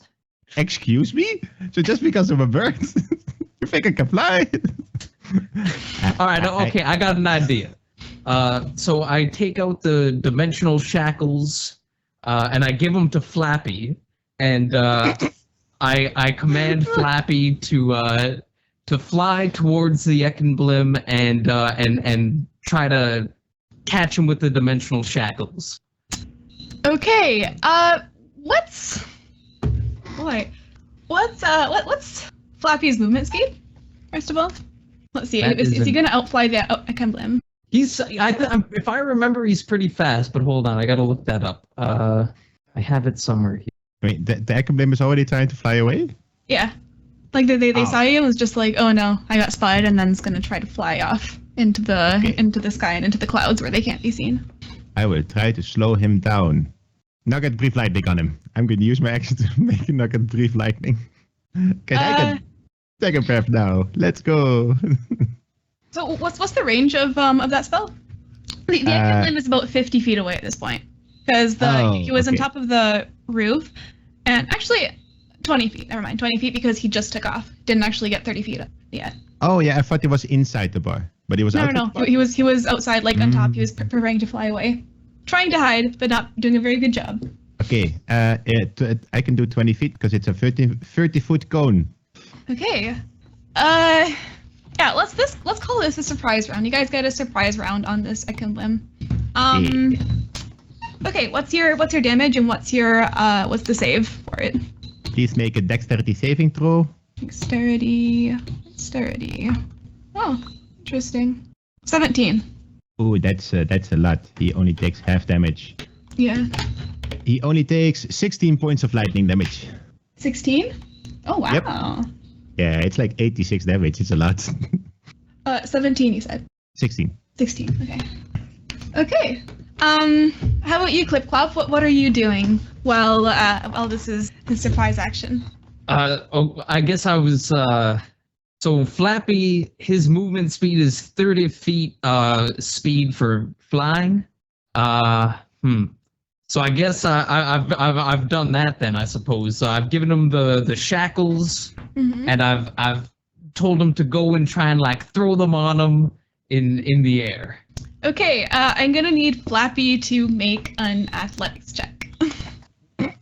Oh, Well, he attempts to place dimensional shackles onto a flying creature that is currently in the air. He can do it. I believe in him. So this is the first time I've ever done something like this, so I'm just reading the rules. Probably just a strength roll in his case, because he's probably not Yeah. proficient in the... Probably. Oh, is that right? That can't be right. I got an 18. Is that right? 18. Okay, well with an 18, let's see, has a strength of... Hey, you managed to get one of the shackles onto, Flappy manages to get one of the shackles onto this Ekemblin's hand, but, obviously, their hands are kind of spread wide apart when flying. It's kind of hard to do that for a small little flying monkey. So you have one shackle on. You need to get the other one on, which is going to be a lot harder than getting the first one on. But yes, you now have an Ekemblin with one shackle on one of its hands. So does that do anything for him flying? Does he follow the sky or? No, because he only has a shackle on, and you need to use your action to place it on an incapacitated creature in order to fit. Yeah. So, but the thing is, actually, you'll probably see what happens when one of the Ekemblim lands. I mean, it does actually slow down the movement a little bit. Yeah, I would say instead of 30 feet fly movement, it now has 15 fly movement. Ooh, nice. Yeah.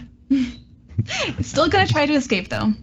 We're just gonna incapacitate him apparently. We can do that. So Clipclop, that's what your companion has done. What are you doing? Unfortunately, I don't have a lot of ranged capabilities. So I think I'm going to. Yeah, I guess I'll reach into my bag and I'll grab one of the three. No, actually, never mind. I'm not gonna do that. I was gonna throw some oil of slipperiness at him that make the shackle fall off. So I won't do that. That might be a bad idea. Yeah, I don't have too many ranged abilities. I was kind of hoping my whips would be able to do everything, but it appeared to be not that case. Okay. Could I throw Wing? Wing, would you consent to being thrown by Clipclop? Yeah, sure. I'm pretty light. Okay, Clipclop gives me an athletics check. I feel like this is all happening really fast. So I'm making all these snap decisions. I'm like, oh no, I'll just throw Wing up there.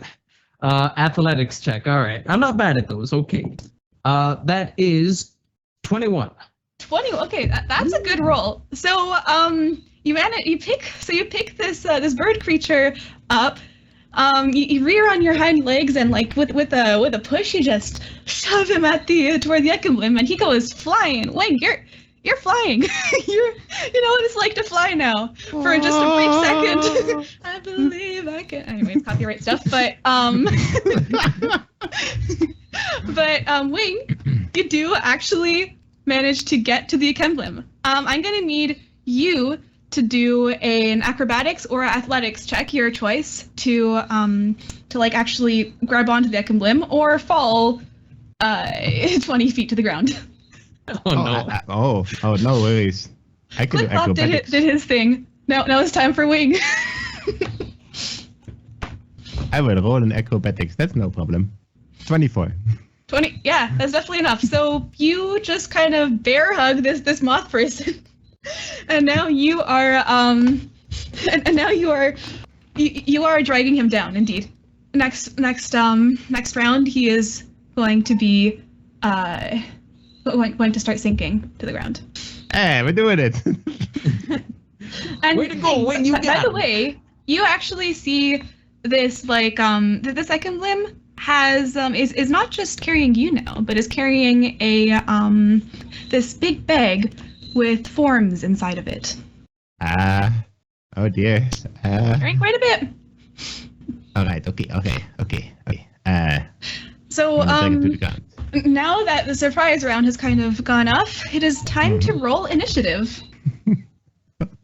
And Alright. and Jade, if your character is not too far away from this, your character can join on this action. It is up to Jade. I mean, I love you guys, but Jade can't do this. I mean, I love you all. I'm here for it. I'm laughing. I just, you know that my character cannot participate in this, right? So No, you're at the she's- train, right? You're fine. Yeah, I'm at the train. I'm on my way to like that dryad tree thing. I'll meet you guys back at the farm, but like I'm a paladin of the crown, you guys. Yes, you're only allowing illegal things to happen. You don't do them yourself. That's fine. Yeah, I'm just not gonna be there for it. Although I do have some really good sourdough bread, and I'm quite enjoying this. I'm having a good time. Don't worry, keep going.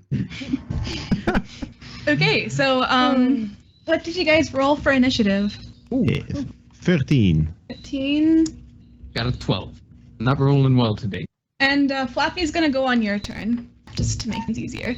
So the Akemblim, rolling a natural 20, goes first. What can this Akemblim do? Let's see. I do have stats for them.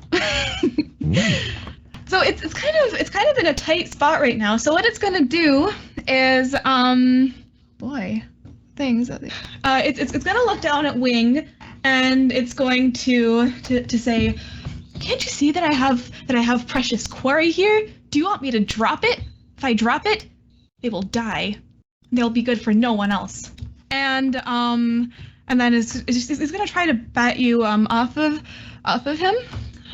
So it's going to attack you. It's gonna do a shadow like this. It's going to do a Hemlim touch attack.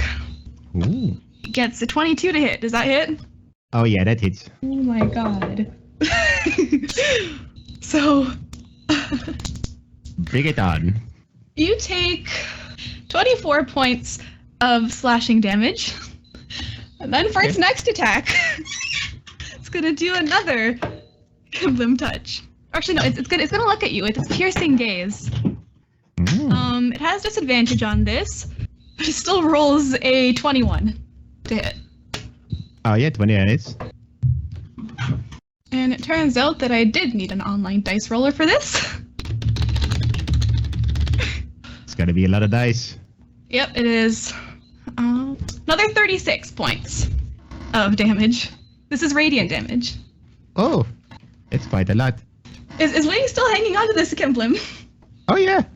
All right, Wing, it is your turn. It is your turn. All right. Also, this moth is actually going to start descending and it's going to land on the ground. That was the plan. We're doing it. All right. This is all part of the plan. No worries. Okay. All right. Okay. So, yeah, let's do that. So I'm right on top of him, and I will open my own mouth, because I can also do breath weapons now for my own mouth. So I will point blank do a Let's make it an acid breath on top of him. Okay, acid breath. Please make another dexterity saving throw. Dexterity saving throw. Let's see.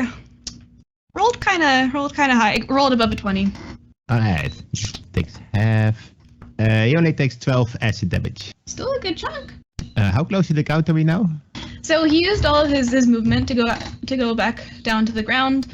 You are now about, like, you're just hovering just over it. Okay, sweet. I will use my bonus action to command Nugget to come in and bite him in the rear. Okay. Roll an attack. Yeah. 16. 16. That does not hit, unfortunately. Ooh. Okay. Then that does not work. Oh, well, at least we're close to the ground now. Okay, I am done. Okay. So that was Wing's turn. That's all you can do, right, Wing? Oh, yeah. I mean, okay, maybe I could do one other little thing. Since I'm hanging onto him, can I use my movement to, like, climb, like, onto his back, so I'm, like, on his back instead of, like, on his side, something? Yeah. I would say that you're now on his back. Are you restraining? Are you attempting to restrain him? Oh no, I'm trying to get behind his head so he can't look at me like that again. Oh, okay, smart. All right. He will not be able to use the piercing gaze next round. Good to know. On you. Clipclop, who knows? Yeah. Speaking of whom, Clipclop, it is your turn. How far away am I from him right now? Because you said he's kind of close to the ground. Yeah, he's 5 feet above the ground, and about I would say he's definitely within your range. He's maybe about 15 feet from you. Okay. All right. I guess then I'm going to charge. I'm going to use my Centaur Charge, which is once between rests, I can move 20 feet at the target, and if the attack hits, I can roll double dice damage. So I'm gonna charge at him, and I'm going to take out my two whips. All right. And I'm going to. Well, I just want to make sure I'm doing this, and then not. Wait, actually, hold on. Wing, how like hurt are you right now? Oh, I'm fine. Don't worry about it. All right, then I guess in that case, yeah, I'm gonna go and I'm gonna charge, and using my what is it? It's a 2-weapon fight, and I believe it is. I'm gonna use both my whips to attack. Okay. And so I got I got a 9. That misses, unfortunately. Yeah, not good. But you have your second one, don't you? You can roll twice. Or actually, wait, don't you have extra attack as well as a ranger? I think rangers get extra attack. I do have extra attack actually. Yeah, good call. I'll do that. I'll use extra attack. All right, so yeah, I'll use my extra attack. That's 20 to hit. 20 does hit. Roll your damage. And are you hitting with the whip or your hooves? What weapon are you using? This is my whips. Your whips. My cool whip. My whips. Yes. I really need to get new weapons, man. I thought it would be like cool to be just like a dual wielding whip guy, but it's cool. So underwhelming. Okay, so you charged, which means you said double dice damage? Yeah, double dice damage. Okay, oh wow, interesting. All right, so roll your damage then. So that is 18. 18 points of damage. That is a decent amount of damage. It's a lot of damage, but okay. Doing math. Math is fun. You see some golden, kind of ichor starting to go out of it, where you hit it with that whip, and it kind of winces. That did hurt it quite a bit. All right, feeling good. I'm gonna. I guess. I think you still have a bonus action, right? Yeah. I was just wondering if I should like move somewhere, or I'm gonna. Yeah, I'll. Because I guess I'm attack like. again, since you're using 2-weapon fighting. Using 2 weapons. You have 2-weapon fighting, so you can attack again as your bonus action. Except you can't. I think the thing is you can't add your ability modifier to it. Yeah, but he can. Yeah. He's got a thing. Oh, you got the feet. All right, in that case, roll a third attack. Let's do it. Ooh, that one's not as good. That's 7. 7 misses. Okay, so now it is the and is Flappy doing anything? Oh yeah. I totally forgot about Flappy. I'm sorry, buddy. I didn't mean to do that. All right. So yeah. All right. I'm gonna. Flappy's got a. Let's see. What do I want to do here? He's not. How far away is Flappy to him? Is he still like very close to him? I mean, like he did sink to the ground. Did Flappy follow? I mean, Flappy can use his movement to follow if he wants to get closer to him. No, that's fine. He's got a ranged attack called Rock, which is just him like, throwing rocks. Okay. so Flappy's gonna throw a rock at this emblem. So he's gonna throw a rock at him, and actually it's a 1d4. So yeah, I'll roll to hit. Okay. Roll to It's hit. 15. That unfortunately missed. Ooh, all right. I'm keeping notes of that. You throw he throws a rock, but it goes wide because the emblem sees it and kind of dodges out of the way. At least he didn't hit the bag of potentially kids. Or wing. If you rolled a natural 1. Man. You might have gotten Flappy nail and wing. Back of the head. Okay, so now on to the emblem's turn. So it is going to again try to get Wing off of it. It can't do the piercing gaze on Wing, but it will do the shadow touch. Emblem touch, shadow touch. That's a 12 to hit. Is that it? Nah, that misses. Yeah, it's behind him. Wing can kind of see the attacks coming. It's kind of hard to do that. He is going to piercing gaze at you, Clipclop, though. Oh dear. And that is an 18 to hit. Does that hit? Yeah, that hits.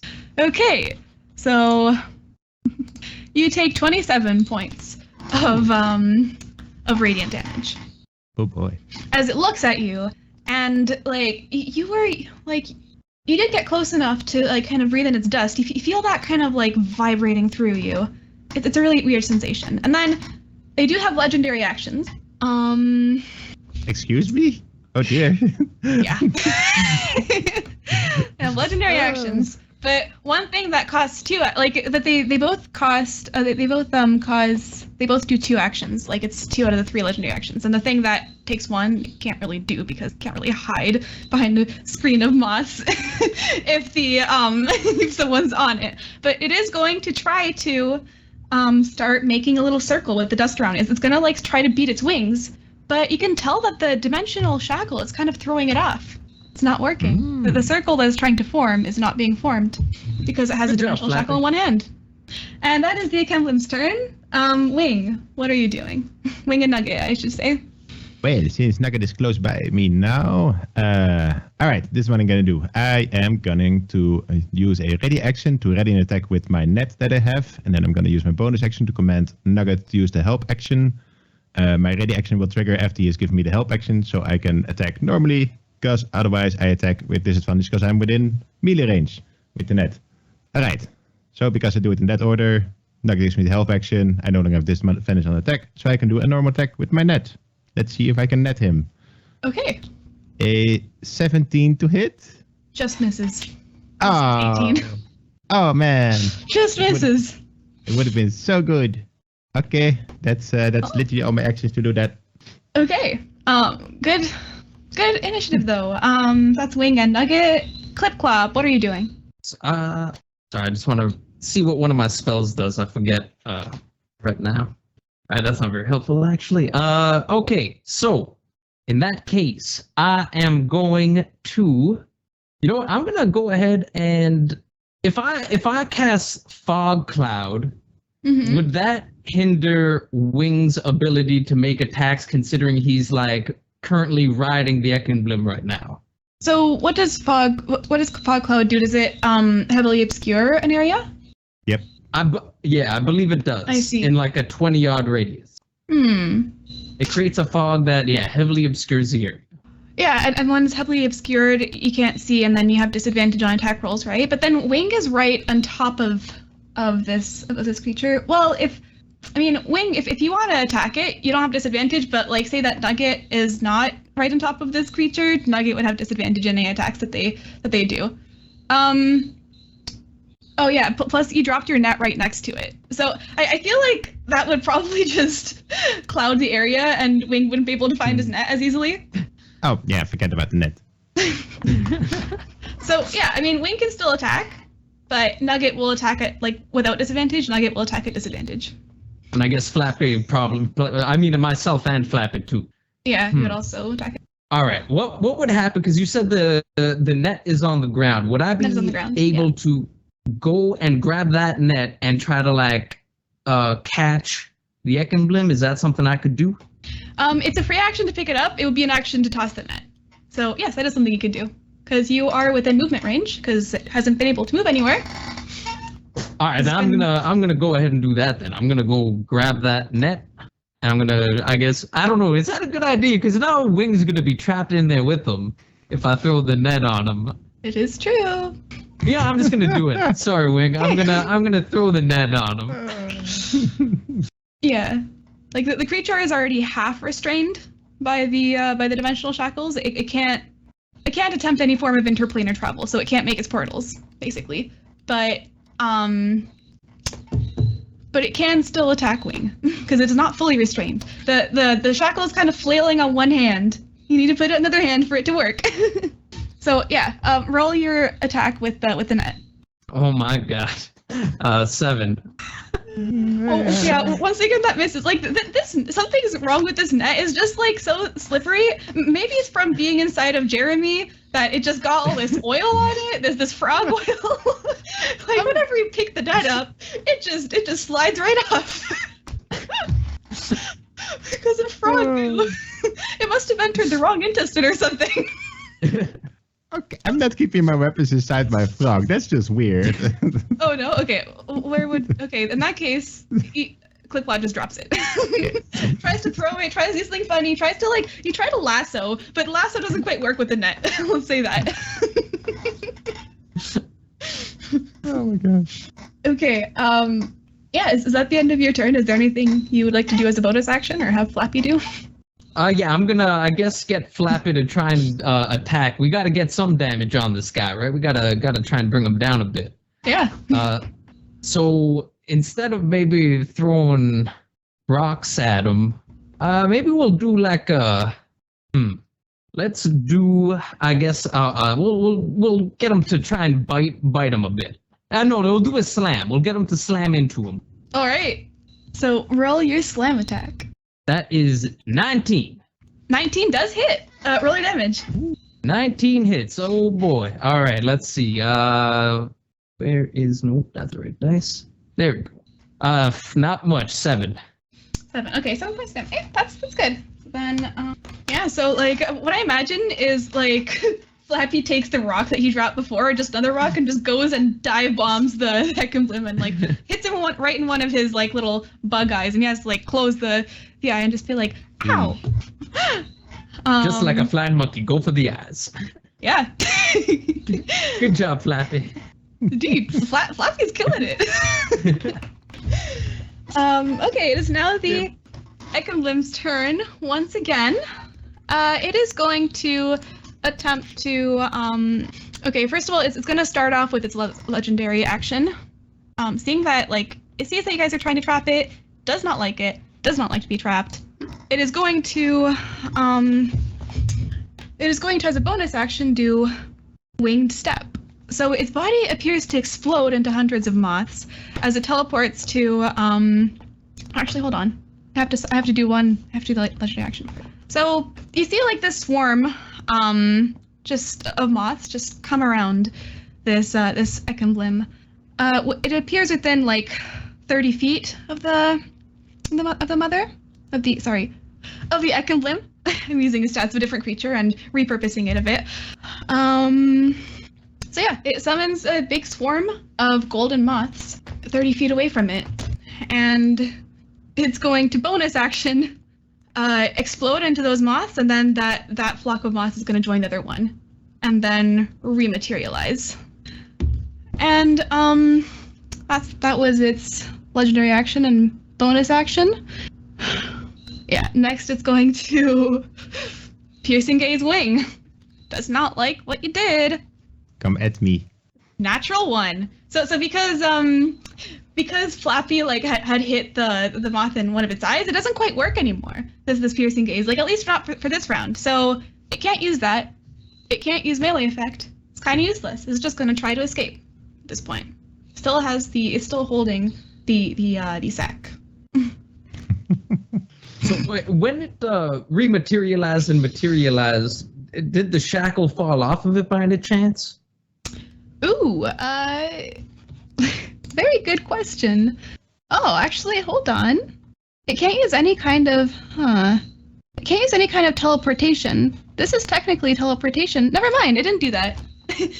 It's just gonna try to attack Wing then, because it tries to do that. You see it like, you see it summon that swarm of moths, and then it like leans over to it. Its body flickers for a second, but then stops, and then the moths that it was becoming like just rematerialize back into the Ekamblin's body, and it's just like, oh boy, it can't escape. So it's gonna try to fight its way out, and No teleportation for you, little bug boy. Yeah, exactly. It's going to attempt to attack, and that's a 13 to hit. Oh, that misses, yes. Yeah, Ekamblin's not having a great time. All right, Wing, what are you doing? The second one tried to escape and failed. Not so special now, are you? Well, I would have kind of liked him actually if it would have teleported, because I'm very much not in a useful position on his back, so. Well, can't you maybe let go? I'll just let go, because I'm more of like a distance fighter, so yeah, I just roll off his back. Ooh. I use his back like a slide. Do you move away from it? Don't you give me that look.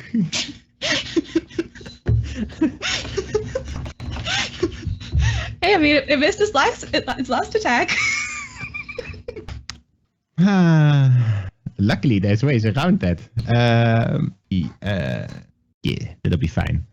How close am I to Nugget? Is he like within 5 feet of me? I mean, where did you send Nugget to go? I mean, he used the help action with you, so I assume yes. I assume he is within 5 feet of you, since he did help you. Then I climb on Nugget's back. We are the dynamic duo. All right, you climb on Nugget's back.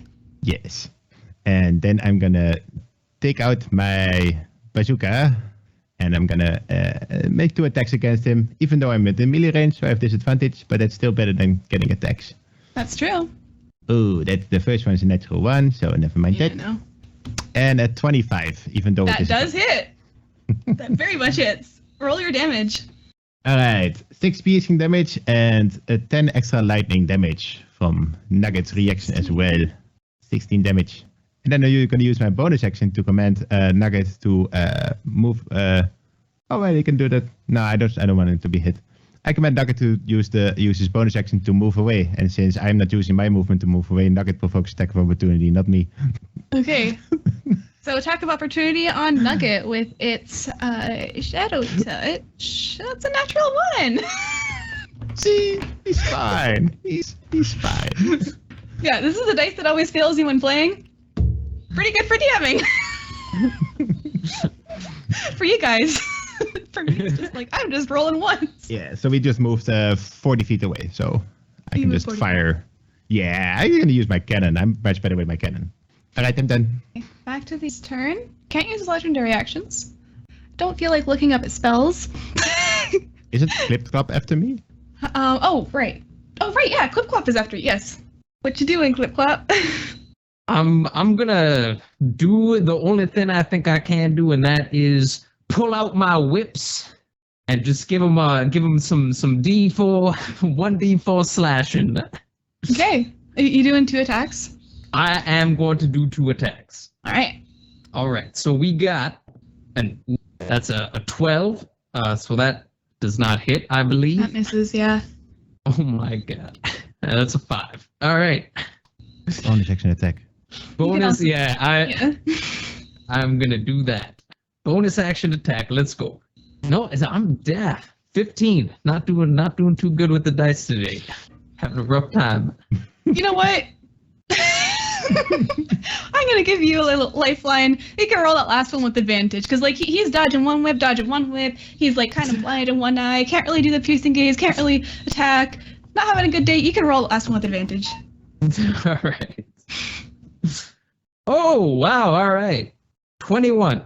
21. That hits. Yeah. Fantastic. All right. And this is with both my whips, right? Or is it just one? Just one. Just one, yeah. That's what I thought. That is a juicy 10 damage. Ooh, boy. Okay. Yeah. I mean, it's looking pretty low. I mean, yeah. He's got So, some of his limbs are like almost coming apart. I don't know. Like ever like Yeah. Anyways, I'm not gonna detail it too much. But yeah, like bugs have exoskeletons. It's kind of coming apart. All right, its turn. It's gonna try to get the dimensional shackle off. It's gonna use its action to do that. Roll another 1. No way in heck is that gonna work.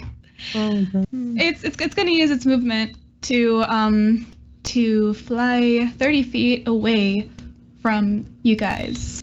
Kind of panicking. That's probably gonna trigger an opportunity attack. So, Clipclop, you can attack again. All right, let's do it. Should I? Yeah, I'll do. All right, yeah, let's. Nope, that's a 7. Yeah, that misses. He's not gonna fly because his speed is halved because of the dimensional shackle, but he's gonna like try to skitter away, and like to the cloud of moths, basically that he summoned 30 feet away from him, and he's going to say something.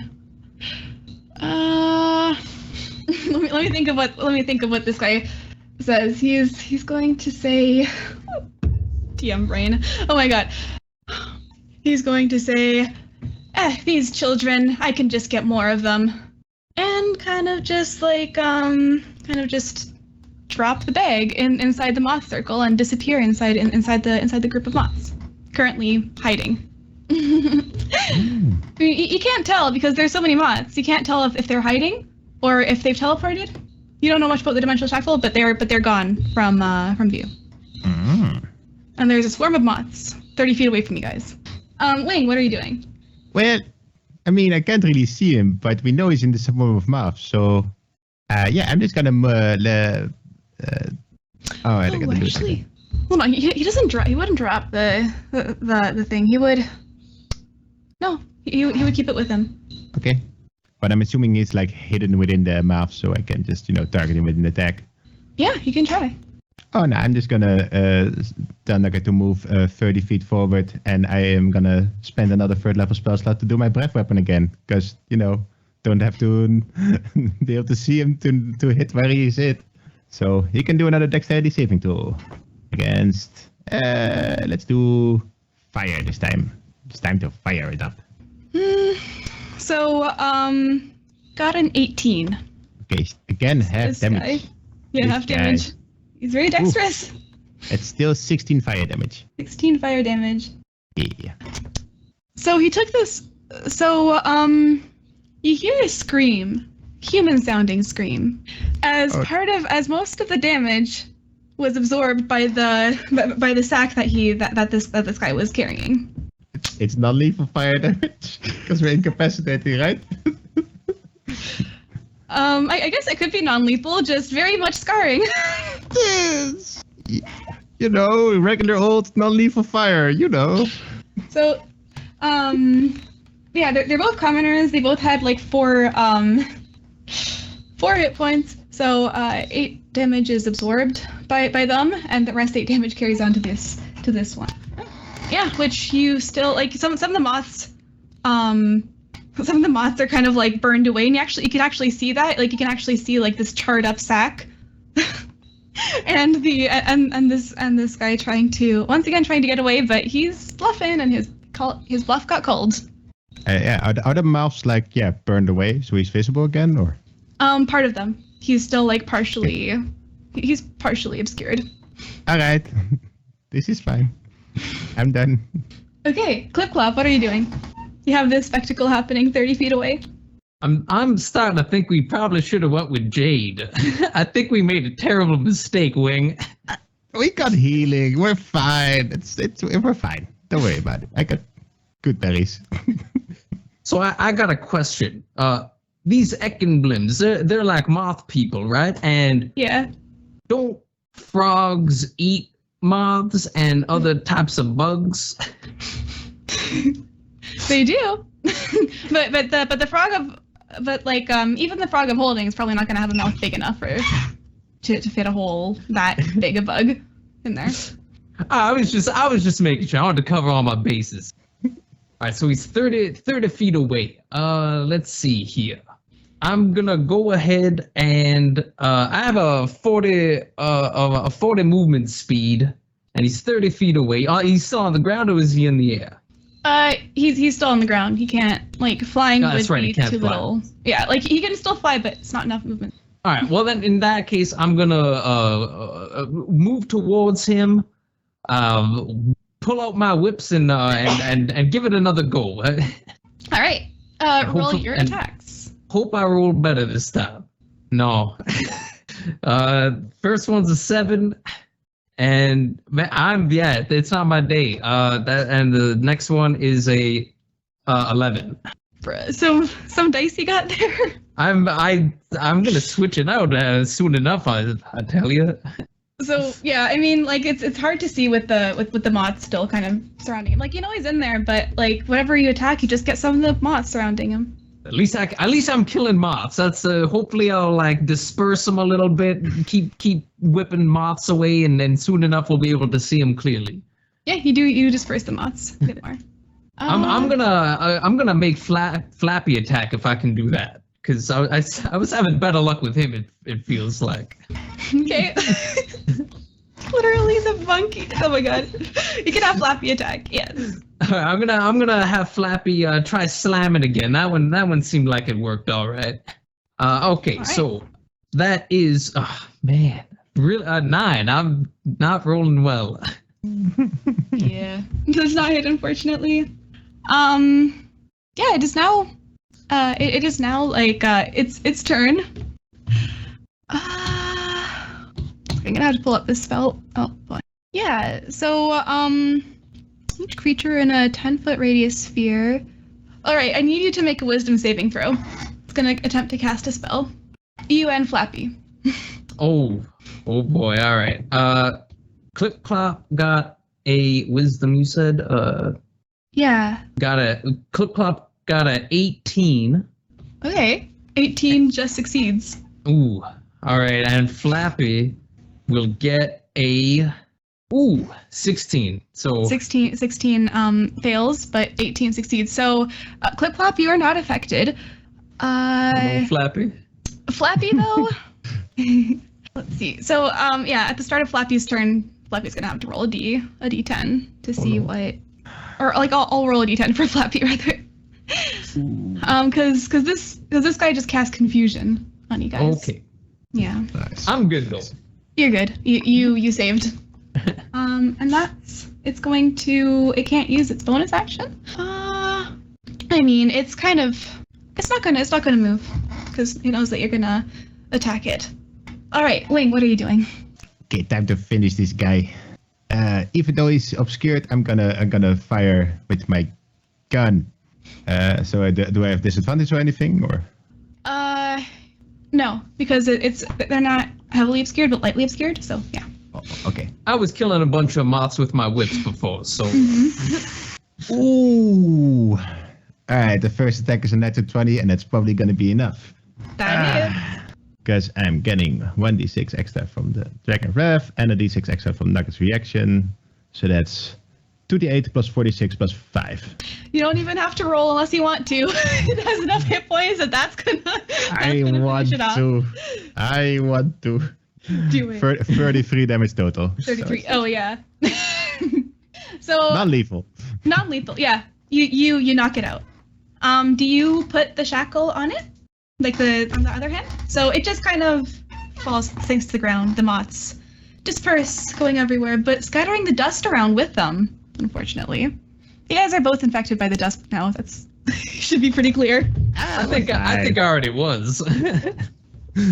Yeah. But I think like one of you already was, and one of you was If I had a gold piece for every time I had this dust inside me, I'd be not much richer. But still immune. Alright, put in the shackle on immediately. Yeah, that's for sure. All right. You have caught one Ekemblim. Congratulations, and you have a charred bag of children as well. Alright, I'm using my action to cast Good Berry, and I'm gonna shove a berry in each of their... How much children did we talk about? 2, right? Yeah, 2. Okay, I'm giving them both a good berry. No, I heard 4 hit points, so I'm shoving 4 good berries in each of their mouths to give them 4 hit points. Give me a medicine check. Because you might just be suffocating them at this point. Wait, No, is shoving berries down people's throat not the right I'm way to administer them? I'm an expert at this. I got this. That's a 10, so that's not that bad. Yeah, you don't kill them. and we'll see. Like, I mean, yeah, the berry juice does kind of like start to seep in them and do its thing, and they're gonna be stabilized, but they're gonna be horribly burned, unfortunately. You're good berry stabilize them, but they're gonna look hard. They're gonna be quite disfigured after this. Okay, let's take this children to Miss Jade. She has some very nice healing hand thingies. I don't know, maybe she can do something with this. Oh man, we're gonna have to make do with just one Echo Blim, I guess. It's well, we'll just barely survived that. So, do you guys want to like chose to have go with Jade? You guys do some combat, but if you want, we can totally just retcon that you went with Jade and start splitting the party. No, that happened. Yeah, we're past that. An hour past that. That It's was an hour fine. ago. We're just bringing Jade some nice gifts, an unconscious incapacitated Echo Blim, and Do 2 not children. bring that need those help. to me. No, we Go found them. We're to not the gonna bring them in a professor with bag those. to you. It's We like found you're the best children. healer. You gotta help us. Yeah. Freaking not. We had nothing to do with these kids getting all disfigured. I know it looks like maybe it was some kind of like dragon breath damage, but it wasn't us, I swear. Oh no, Jade knows that Wing and Nugget almost never use fire, so it's very unlikely that they use that. Yeah. Hey, I'm in a forest. I'm looking for a tree. I'm walking around. I sit down. I have a picnic. I'm eating under a tree. The sky is blue. Nobody's burning bags of children with me. It's a good day. I don't know what you all are up to, but I'll see you back at the professor's after I have a dryad tree. Hey, DM, can I look for a dryad tree? Oh yeah, definitely. All right. Yeah, you can look for a dryad tree. So Okay, yeah, how we you would do want that, that. because I have no nature skills. If I don't know, here, let me check. Is that a negative number? I don't even know. Let me look. All right. It's a 0. Okay, so Fine. how I would do that is I would say, with the wonderful picnic, Alice is just the best spouse I could possibly have asked for. Cleaning up my trash would not want to litter. I would never break the law. Hello, I am Jade. Are you a dryad tree? And that's a persuasion instead of a nature. I would love to talk to you. We have in need of a single branch. I can trade you. I can barley some fertilizer around your tree. okay, you're saying this. So which tree exactly are you saying this to? The one I sat against to eat, but then like all the trees, that's repeat. I'm just gonna wander around. I will trade you some fertilizer in exchange for a single branch. Dryads, hello, I'm Shade. Okay, give me a persuasion check. I would say this like I'm gonna subtract that from 30, and that's the number of trees you would have asked. 22, because this is my only skill. So you asked so the 8th tree that you ask and you sit under and eat your lunch in, that's the one. She says, "Oh, why yes, I do happen to be a dryad." And this is a willow tree. So So like coming from this tree, you see like it kind of parts in the middle, and then this really pretty lady comes out. She has like willow hair. She that like it's kind of like curl around her body as clothes. It's like, you're looking for a dryad? Well, I sense you're a friendly spirit. What is it that you need from a dryad? Since you ask so nicely. I was asked to bring back a branch, and I can interact in offer to plant some fertilizer on the base of your tree. Okay. So you would like to plant some fertilizer at the base of my tree? Yes, in exchange for a branch from your tree. What kind of fertilizer are we talking about? Is Well, it I like have cinnamon rolls and sourdough bread and some fish. Our fish heads are good, you know.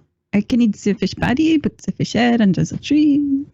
And some apple cores. Oh, apple cores. What kind of apples are they? Granny Smith. Granny Smith. Oh no, I only like Honeycrisp apples. Give me some Fair. Honeycrisp apples. This is so much better. Okay. So And- I come and I back can- from trip in town and I have Honeycrisp apples and some 2020 fertilizer. Can I have spent like 10 gold and gotten the good stuff? Oh yeah, the best apples, the organic Honeycrisp. Yeah, like you like screw the farm, you know, like the farm that your daughter goes to. You went to like the most posh market in town and got the finest Honeycrisp apples. Absolutely. All right. So like an hour later, I come back and I'm like, hello, I am back. I have brought you 2020 fertilizer for your tree and some Honeycrisp apples. You have the Honeycrisp? And I Good. bring out the bag. She's gonna like use her like the willow things from the trees to like wrap around the the Honeycrisp apples. and then like they're just gonna like get absorbed into the apple and says, this was good. Fertilizer. You know what? Yes, we may have one single branch, but just be gentle when you cut it off. Okay, do you have any that are too close to one another? I can take one of those. Kind of like looks around and says, all my branches are perfect the way they are. I've manicured them for centuries. But you bring your Honeycrisp apples, you may have this one. And then like the tree kind of like the tree just like one of his branches just bows down and Okay. goes in front of you. You have and waits for you to cut the branch off of it.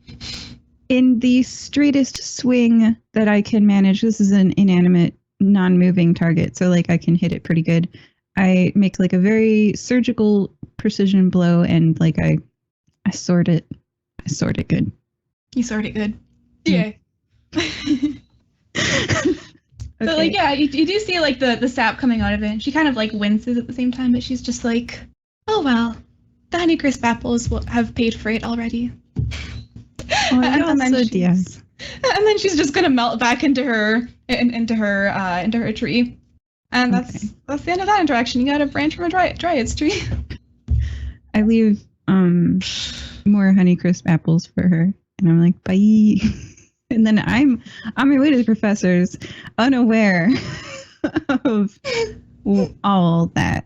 I just had a nice picnic in the woods, met a nice lady, took a branch. I just imagine the scene like Jade walks into the professor's office and sees like Wing in the corner, kind of roughed up, the professor and Clipclop applying ointment to the skin of some children, and like in the back there's a bundle with covers over it that's not suspicious at all. Oh, I'm just not like- lifting those covers. And you just got that glorious, like, I've been out in the sun a couple hours, this relaxing look. It's like, yeah, we had two very different adventures today. Yeah. So would you like a branch? Adventures. Oh, are you back at the so you went back to his office? Yeah, because I said he wanted a branch from a dryad tree. Yeah, that was one of the items. So you go back to his office. Yeah, he answers the door and says, "Oh, hello there, Jade. Where are your companions?" Oh, so the situation that Wing described isn't what I see? Or So like this was happening in like the time that you guys were like tracking the Ekenbloom, fighting it. Actually, hold on. I'm trying to think about like the timing. Yeah, I probably took a really long time because I was like eating Oh, lunch, yeah. slacking off. Asking I went- every single tree. Just ask nicely. And then going to the market, probably chatted to some people there, you know. Yeah. You ever been to the grocery store with your grandma? Oh no. Took me a bit longer. It's late at night. I'm imagining cutscenes to like your guys' glorious battle and me chatting and then in the checkout line. I mean, yeah, pretty much. So yeah, okay. In that case, we'll get to. So the two of you have arrived way before Jade. So in that case, you guys are the ones who go first. So do you? How do you? Okay, you now have a neck emblem. Yeah, you now. Do you take them on the train? Yeah, do you take them on the train? Because they are still shedding dust. What do you do with this unconscious shackled neck emblem? Well, he had a big sack with children in it, so we just put him in the big sack that he had. So, you know. It's Right? stuck with the children. I would take the children out first. Come on. Okay. But in the interest of not being any more suspicious than we've already been with kicking down doors and horribly disfiguring children, I happen to have that teleportation scroll that Eddie gave us. Oh yeah. You mean Yeah, like, Eddie's actually, scroll of magnificent This is teleportation? funny because That's- before you guys teleport, like, you guys did cause a bit of a scene fighting a mob person and burning people. Like, it was probably the screams that got people to come out. Was it but the screams? this was pretty dead. It was like. It was a bar at like around noon or early in the afternoon, but the very few people who were in the bar, like they go out and they're just like with their, because they're day drinking, they have like their flasks and their flagons and just like, what is going on here? And then so some people go back and bring their friends, and then eventually the guard is called. Teleport now, teleport. We better get out of here quick. Circle. So yeah, How do you use these things? because I've never used one. Have you? You just. Well, you can use. I can read it. You gotta read it. What language is this? I don't know. So I just start. I guess I unroll it and I start reading the words that it says on it. You give me an Arcana check. Oh Oh no. God! Both of you, or either of you, whoever's trying to use this scroll. I would like to try to help him with it, and I would like Yes, to please. use guidance as well, so we can at least have a chance. So How much does guidance give me? What does guidance do? The next D4. Yeah, it's a D4 too. Ooh, all right, that'll be good. It's a level 5 spell scroll, so that is a DC. Well, I mean, I know that it's 15. This is gonna be funny. I got 15. Oh my god. So I rolled Clipclop. I rolled a 16. I got -1 in Arcana, and then oh no, I guess I got 16 Oh, no. because I rolled a 1. When you use All right. scrolls, it's not your Arcana, so Oh, it's no? not a negative. You don't have to worry about that. Let me pull it up Is because it I've your got. like, spellcasting ability modifier? Yeah, hold on. And it's in my. If you guys want to pull up my Jade 25-page monster book of character sheet, it's in there. So it says spell scrolls because I have Revivify as a scroll instead of as a prepared spell. Mm. So it's on page Revivify. It's on page 19 19 of my character sheet. Using a scroll in 5e, a scroll bears the words of a single spell, blah blah. The DC equals 10 plus the spell's level, and you use your spell casting ability check using your spell casting ability. So your spell casting ability is like your wisdom or your charisma. Wisdom in my case. Yeah, Wisdom. Okay. So yeah, you can add your wisdom on top of that 16. Plus your, let me see, spellcasting ability is, there's no proficiency or anything. It's spellcasting ability is just your wisdom or your, Oh, then yeah, that's no problem at all. That would be 20 in total. Ooh, boy. Oh wow. Yeah. Yeah. You. Not a natural. So like these arcane runes, like you managed to read them in such a way that even though it's arcane, even though it's meant for wizards, somehow you, a ranger, are able to summon a bunch of centaurs. Actually, and they just surround you, and then that's the last thing you see before you black out for a second, and then you're back in the nurse's station. Oh, Because that is where the teleportation circle took you. where'd all the centaurs go? Oh, And I imagine that Oh my this is when Jade is buying Honeycrisp apples. Oh, you know, my wife, she packed me those Granny Smith, not as good, no? But don't tell Alice that. The person in the grocery store is like, oh gosh. She's still Let me tell you about my wife's cooking. Yeah, it's a cashier who's like having a slow day, you know. There's not that many people in this really high-end produce store, so she's just like, oh yeah, your wife, tell me more about her. Like, where did you two meet? I'm making friends. Oh, and a bakery line. Clipclop, wham, into the infirmary. Medic. Mental image. So yeah, like you hear kind of back in the infirmary at the school, you hear this bell go off, like ding a ding a ding, and you see this dragonborn. He is Nurse Benedict, and he's a bronze dragonborn. So he's just like, oh, hi, you must be the ones that Professor So hired. He has a stutter. What is going on here? Like, who are these people? Okay, let's not ask too many questions. We got 2 children who need help. That's all you gotta know. Okay, I will take care of them right away. yeah, we just stumbled upon them by happenstance.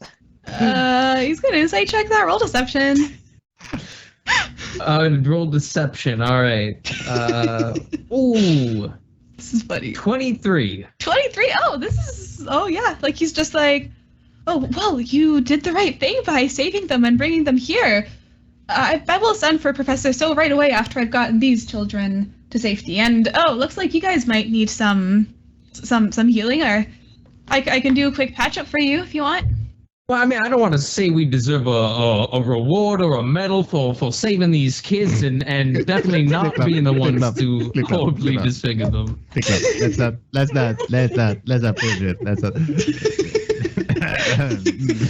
We're just doing our duty. You're okay. You're right. You're right. He's just like, I mean, he's not really paying attention. He's looking over these like children with their 3rd-degree burns all over their bodies, and Not lethal fire, so 2nd degree. Come on. No, lethal 3rd fire. degree. Okay, The good all right. berries are the only thing that stabilized them, and if you rolled under a 10, you'd have choked them with it. Okay. Really, DM? You were gonna have them kill children?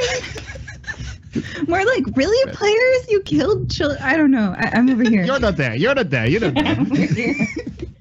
Don't judge us. Okay. We did what had to be done to save the world for the greater good. But what? It can live. That's impressive. They're hard to catch. Yeah. Yeah. Yeah, so he's not really paying attention to the fact that you're kind of stretching this lie out. So he's just like, okay, well, anyways, I mean, do you guys need healing? I can send one of my students in. Sure. Yeah. Stutter's gone for a second. I'll take a patch up. Sure. Go on now. Yeah, so he has another student come in, and they do a quick like prayer of healing, on you essentially. So you regain let's see how much. Let's find my d8s. 13. Let's say that you gain 16 hit points back. So some of your deepest wounds kind of close up. You know, like it's gonna you need, and then she was like, oh, you guys need just some rest, you know, and what's all this golden stuff? Because now you may have gotten that into the office. You can just get a janitor to clean that up. It's nothing to worry about. Okay. Yeah, Wings is gonna. Wing is just gonna take a nap. This is gone out of our control a long time ago. Take a nap, and then everything will be fine. Okay. So, yeah, you guys got your patch up. You guys got your Ekenblim. The children are being taken care of, hopefully. Yeah, they're actually going to use the teleportation circle right after you. Bring them directly to the hospital. Yeah, it's fine. Yeah, I mean, it's better there than their previous home, right? Like they were living in a pretty rough situation. Like maybe social service is going to get involved and take them away from those parents. Who knows? Yep. Heroes. Good guys. Yep. We did a good thing today. Anyways, the professor, he shows up and like the infirmary, he's just like, oh, I heard you guys. He had an accent. I forgot his accent. Anyways. Old man. Oh yes, he is the old British man. I forget. I almost forgot. Old British man whom Clipclop has flirted with and may have gotten himself a recommendation with. After this, he'd better. Right. Okay, he's just like, okay, so where's Jade? Is she all right? Did she make it? At this point, I'm sitting on the train. Jade's having such a chill time. Just talk with a dryad. Talking to. This is amazing, the duality of this episode. And Wing's just taking a nap. And he's just like, oh, your companion appears to be napping. Should we just leave him to it? Or what's going on? What's in that bag? Don't worry about that. We brought you Ekenblim. Look. All right. Well, not here because you're going to get too much of the dust everywhere. But here, let's just quickly go to my office, my private office. And like, well, he's actually he's gonna. Should I wake Wing up? Yes, probably. Just go. Yeah, just go. Yeah. The less I know, the better. The thing is though, is Nugget sleeping? No. If one sleeps, the other is awake to stand guard. We have a system.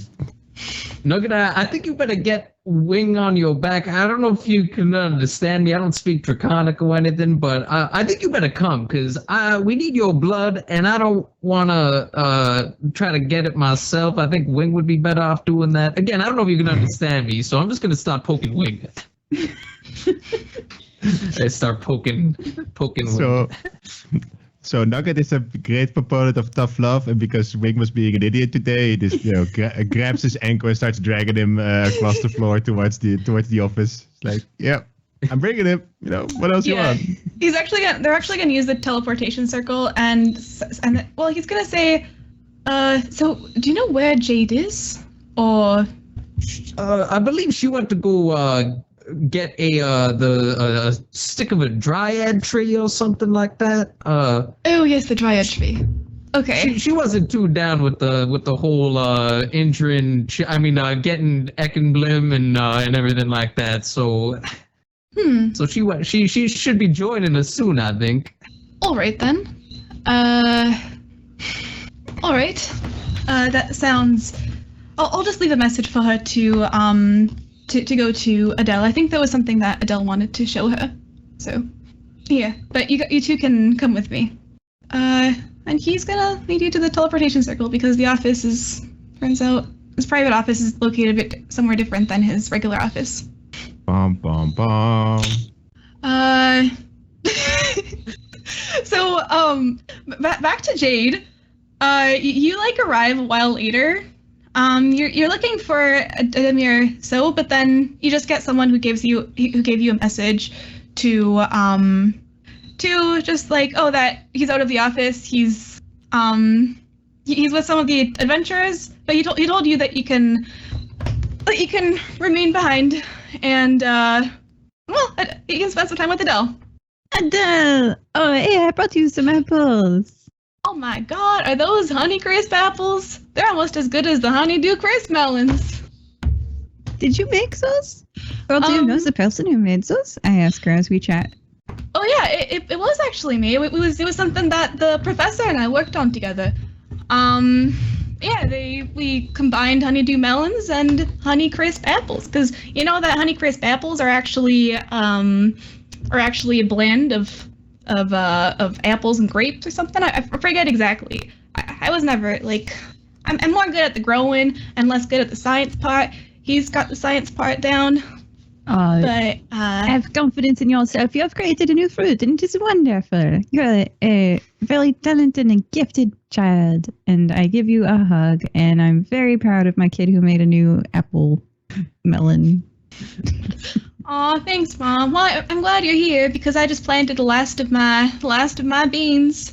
I'm doing my research on corn and beans and squash and how well they grow together. Oh, you're making a corn bean squash plant now.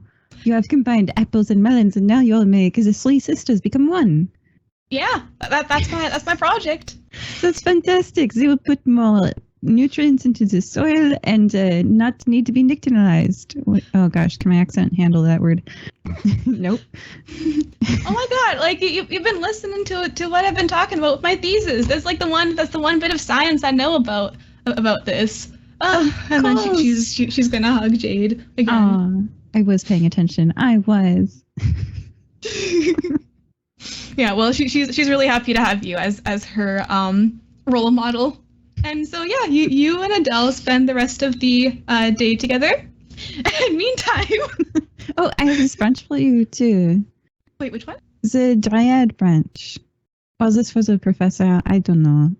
Oh, I guess I can just give that to Professor when I see him next. I can do that, or you can see him. What would you rather do? I'd rather just spend time with you. I mean, Okay, I see the professor all the time, but I don't see you all the time. I leave it in a jar of water here. Is that okay? I put it in the dorm room that was recently destroyed. I will leave it here on the counter in this jar of water so it can. Oh, look, it's blooming. Oh, are we gonna have a dryad in here? That would be great decor. Well, if it's for Ed, then well, I don't know, but well, we'll see what he wants it for. maybe they'll tell me. Okay. All right. Are my friends murdered in a dungeon? Yeah, I'm just imagining your happy day interspersed with cutscenes of first us trying to wrangle Nugget to the ground to extract some blood, and then we're just like wrangling an Echo blimp towards some experimentation table. Like, no, get out there, come on. I've decorated a dorm room. Hey, that's not too far from what happens. Oh no! Okay, you guys are in the basement. So yeah, you guys like went at the teleportation circle, and you got teleported to this island inside these banks of swirling mist. Bye. Both of them, listeners, if you could have seen just now, Clipclop and Wing were like, "What?" Oh my god, this is gonna be so much fun. Now they're kind of upset. I am not above strangling an old person to get us back off this island, okay? I'm just throwing it out there. We already disfigured 2 children. Yes, What's one old man? Yeah, it's been a day, okay? Don't push us. Right. Don't push us, old man. Well, he's just gonna say like, oh god. All right then, you got the emblem. Oh, you can have your reward. If we won, we just been through hell. Yeah, give me my reward. What do you mean, if I won? Well, we'll just have to go get you. Do you want to sign it outside here in the outside or inside? And then there's just this little cottage on this island. I'm getting like really weird vibes from you, Professor. You're not the Ed I was flirting with before. I don't know what's going on with you. I don't even know if I want to teach at your school anymore. Clipclop makes a good point. Can I inside this old man to see if like he's been body switched with like an Ecoblim inside agent or something? Did we just get bamboozled? Give me an insight check. Yeah, give me an insight check. It's 16. 16. Don't do this to us. So, okay, with a 16, I mean, You can tell he's been putting on a bit of an act. He's not actually in love with Clipclop back.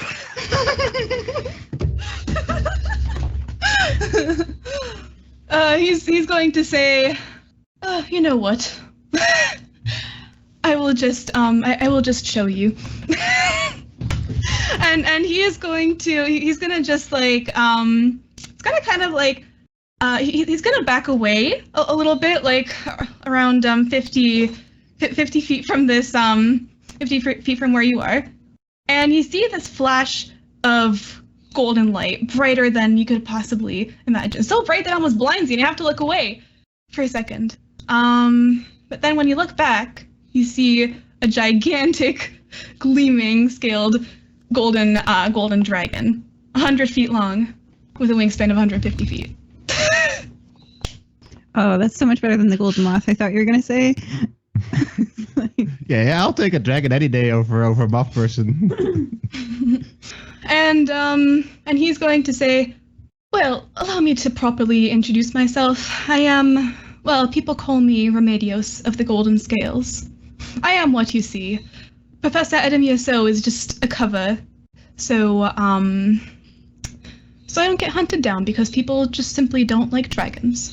But really, this whole farm is located on my lair, and well, I've been protecting the people here from becoming Ekemblem by well, there's no real better way to put it, entering their dreams and reassuring them that everything is all right and that they're wanted here. Because students often, if they fail a class, they can get depressed. They can want to choose a path in life that will not end up well for them. And in this case, it is becoming an Ekemblem. But thankfully, we haven't had that happen with anyone who's been staying here. Well, it is a lot. Also, that frog of yours that's been acting weird. Yes, there is something weird about it. May I have it for a second? I mean, well, are we gonna say no? You look at you. You're like a skyscraper-sized dragon. Yeah, take it. Yeah, he's gonna cast a spell of magic on it, and Oh no, my stuff. pretty much. So it turns into this changeling, and it just starts vomiting all your stuff out, including the nest and everything. Oh no. Oh, that's gonna be very uncomfortable for him. There's large things in there. Oh yeah, it is. It's gonna be so uncomfortable. So what kind of stuff do you have inside this bag of holding that gets thrown out? Gets thrown out. We have a battle, a bell, a bunch of magical fires from the Color Festival, a bird of torch, calligrapher supplies, cartographer supplies, some chalk, some clothes, I'll be back later. and that pig, and that wolf, a forgery kit, some ink, an ink pen, some leather armor, some painter supplies, another set of painter supplies, 8 days worth of food, so 2 sets of rope, a shield, some smith tools, some leather armor, some thief tools, 5 bottles of top shelf brandy, a violin, some weaver's tools, and some woodcarver's tools. So it's not that much. And no wand of web anymore. Yeah. So one less pointy thing. Thank you for that. Yeah. Jeremy also thanks you for that. Yeah, I took out all my weapons because I didn't want to put weapons inside the frog. So, yeah. So yeah, this person just is throwing up for a solid half hour at this point. And then the Dragon Radio says, you see that this wasn't the frog you were supposed to have. This is the actual frog of holding. This was a spy. It was a backup plan for Tanage Goodfellow. He had this whole plan to get an egg of a creature that hunts Ekemblem. Well, this is the backup plan for that, just in case his contact, the celebrity. I don't know why he would hire a celebrity, Sterling, to get it, but well, he did. And just in case, I had someone pretend to be his assistant and then was transformed into a frog. And that is Ren, my faithful changeling. And then Ren kind of just weakly lifts one hand and then says, "Hey," and then continues vomiting, fling stuff. Hello, Mr. Red. Might wanna I am have some Wing. consommé. This is Mr. Clipclop.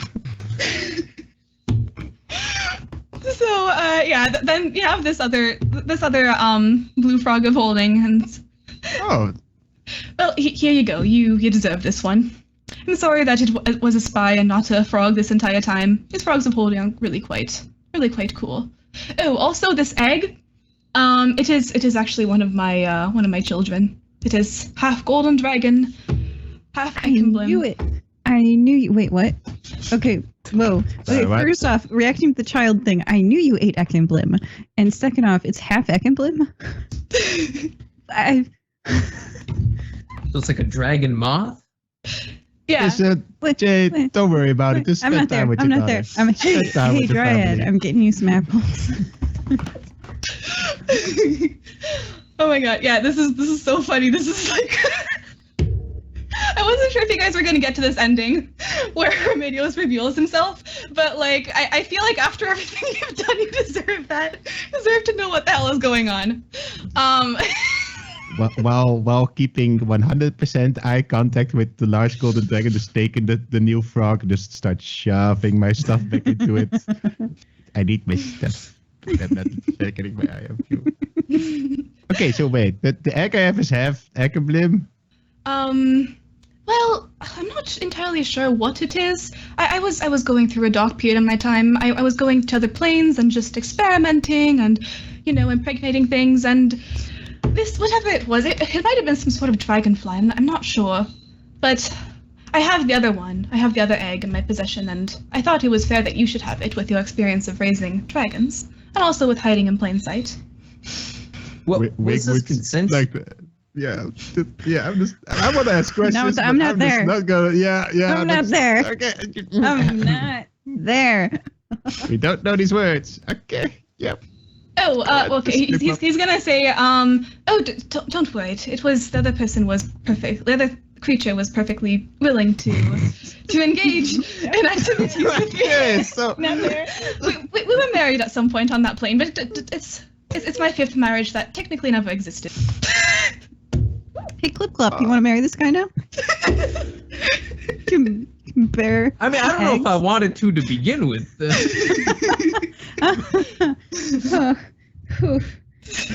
I'm, Does that make Clipclop your egg's stepdad? yeah, about that egg.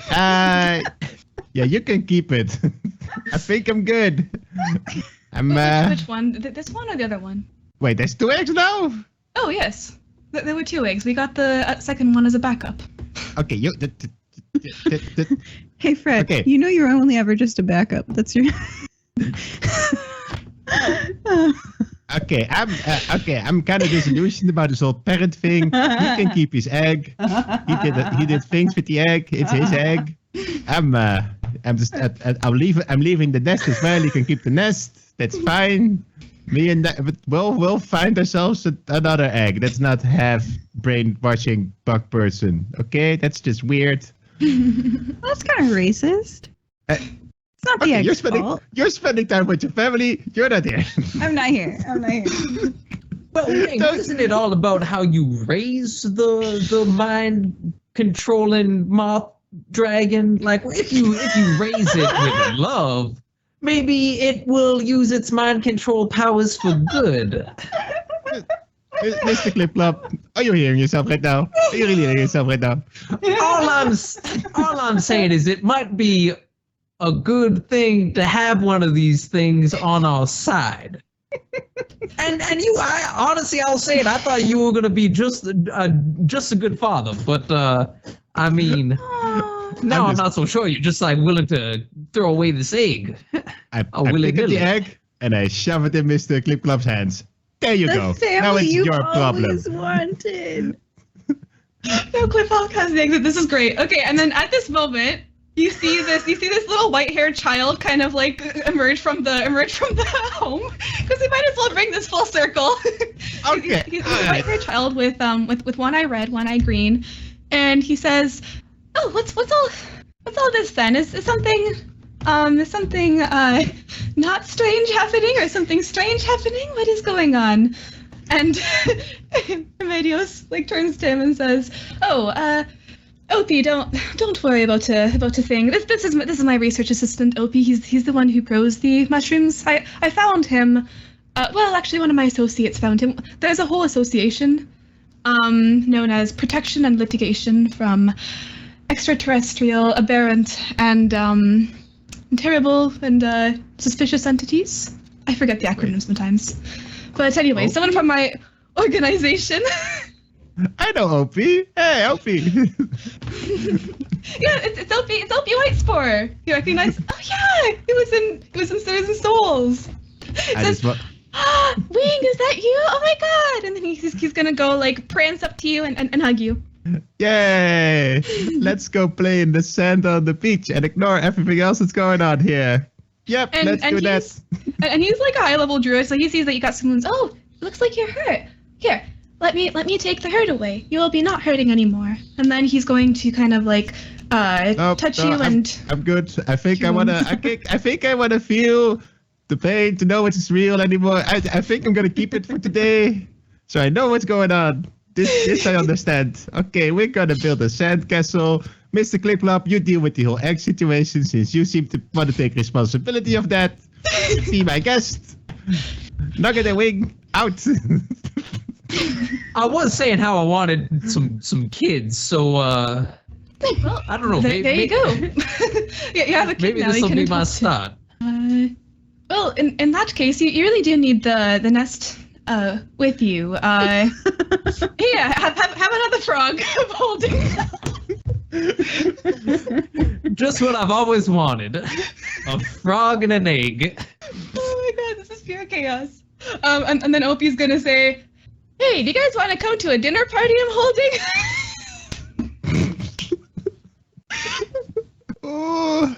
Oh. It's gonna be a fun time. I feel like we should probably find Jade, maybe.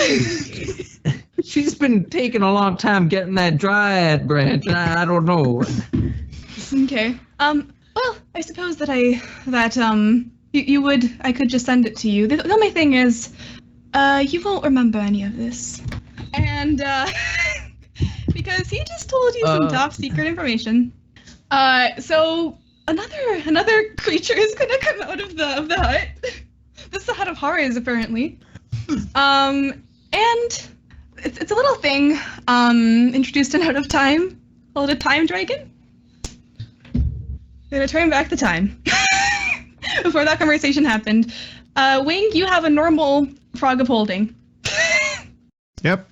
I No consent longer to my insane. tribe. I just consent to this. Yep, And a I'm child good. you love. No!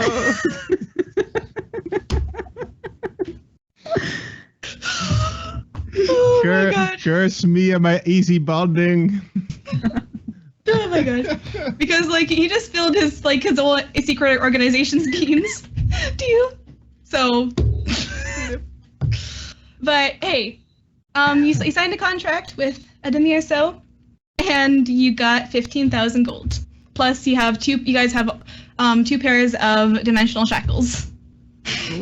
And I got an egg that I love and care for, which is fine.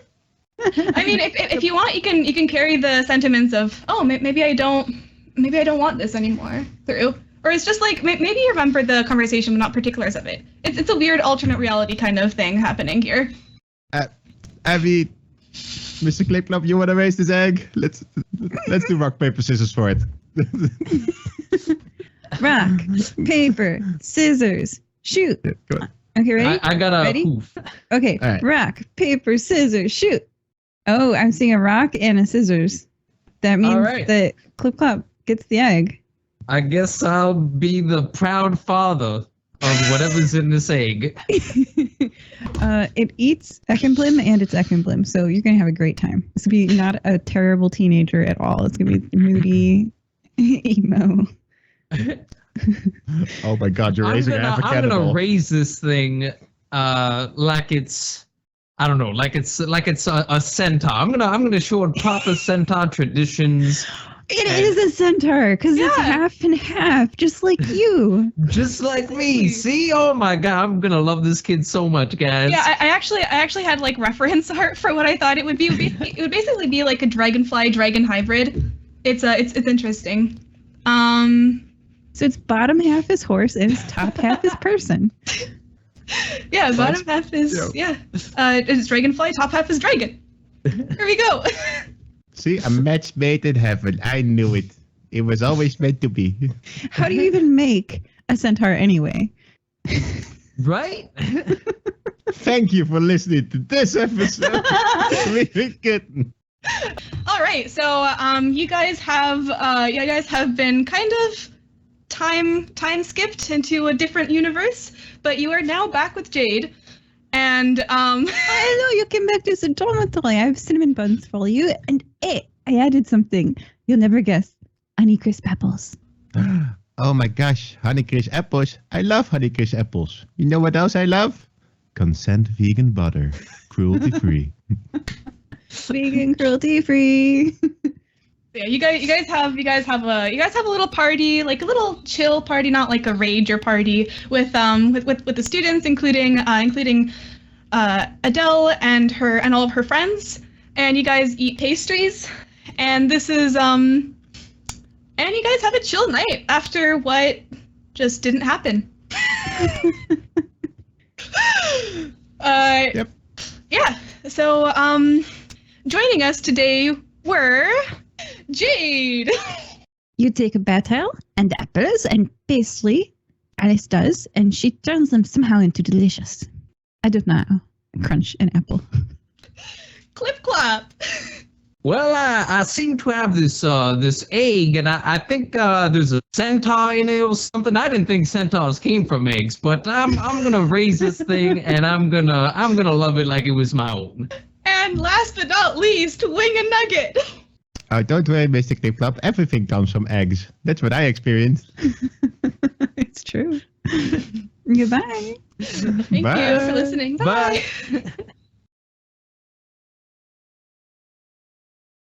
Hello, my name is Silas and I'm one of the hosts on Uploading Podcast. On my show, we talk about tech and gaming news stories that you probably wouldn't hear about on other podcasts. Japanese data center company starts eel farming side business. We'll also chip in our own quirky opinions. 1 character and 1 card and 90 rubies for 39.99 euros.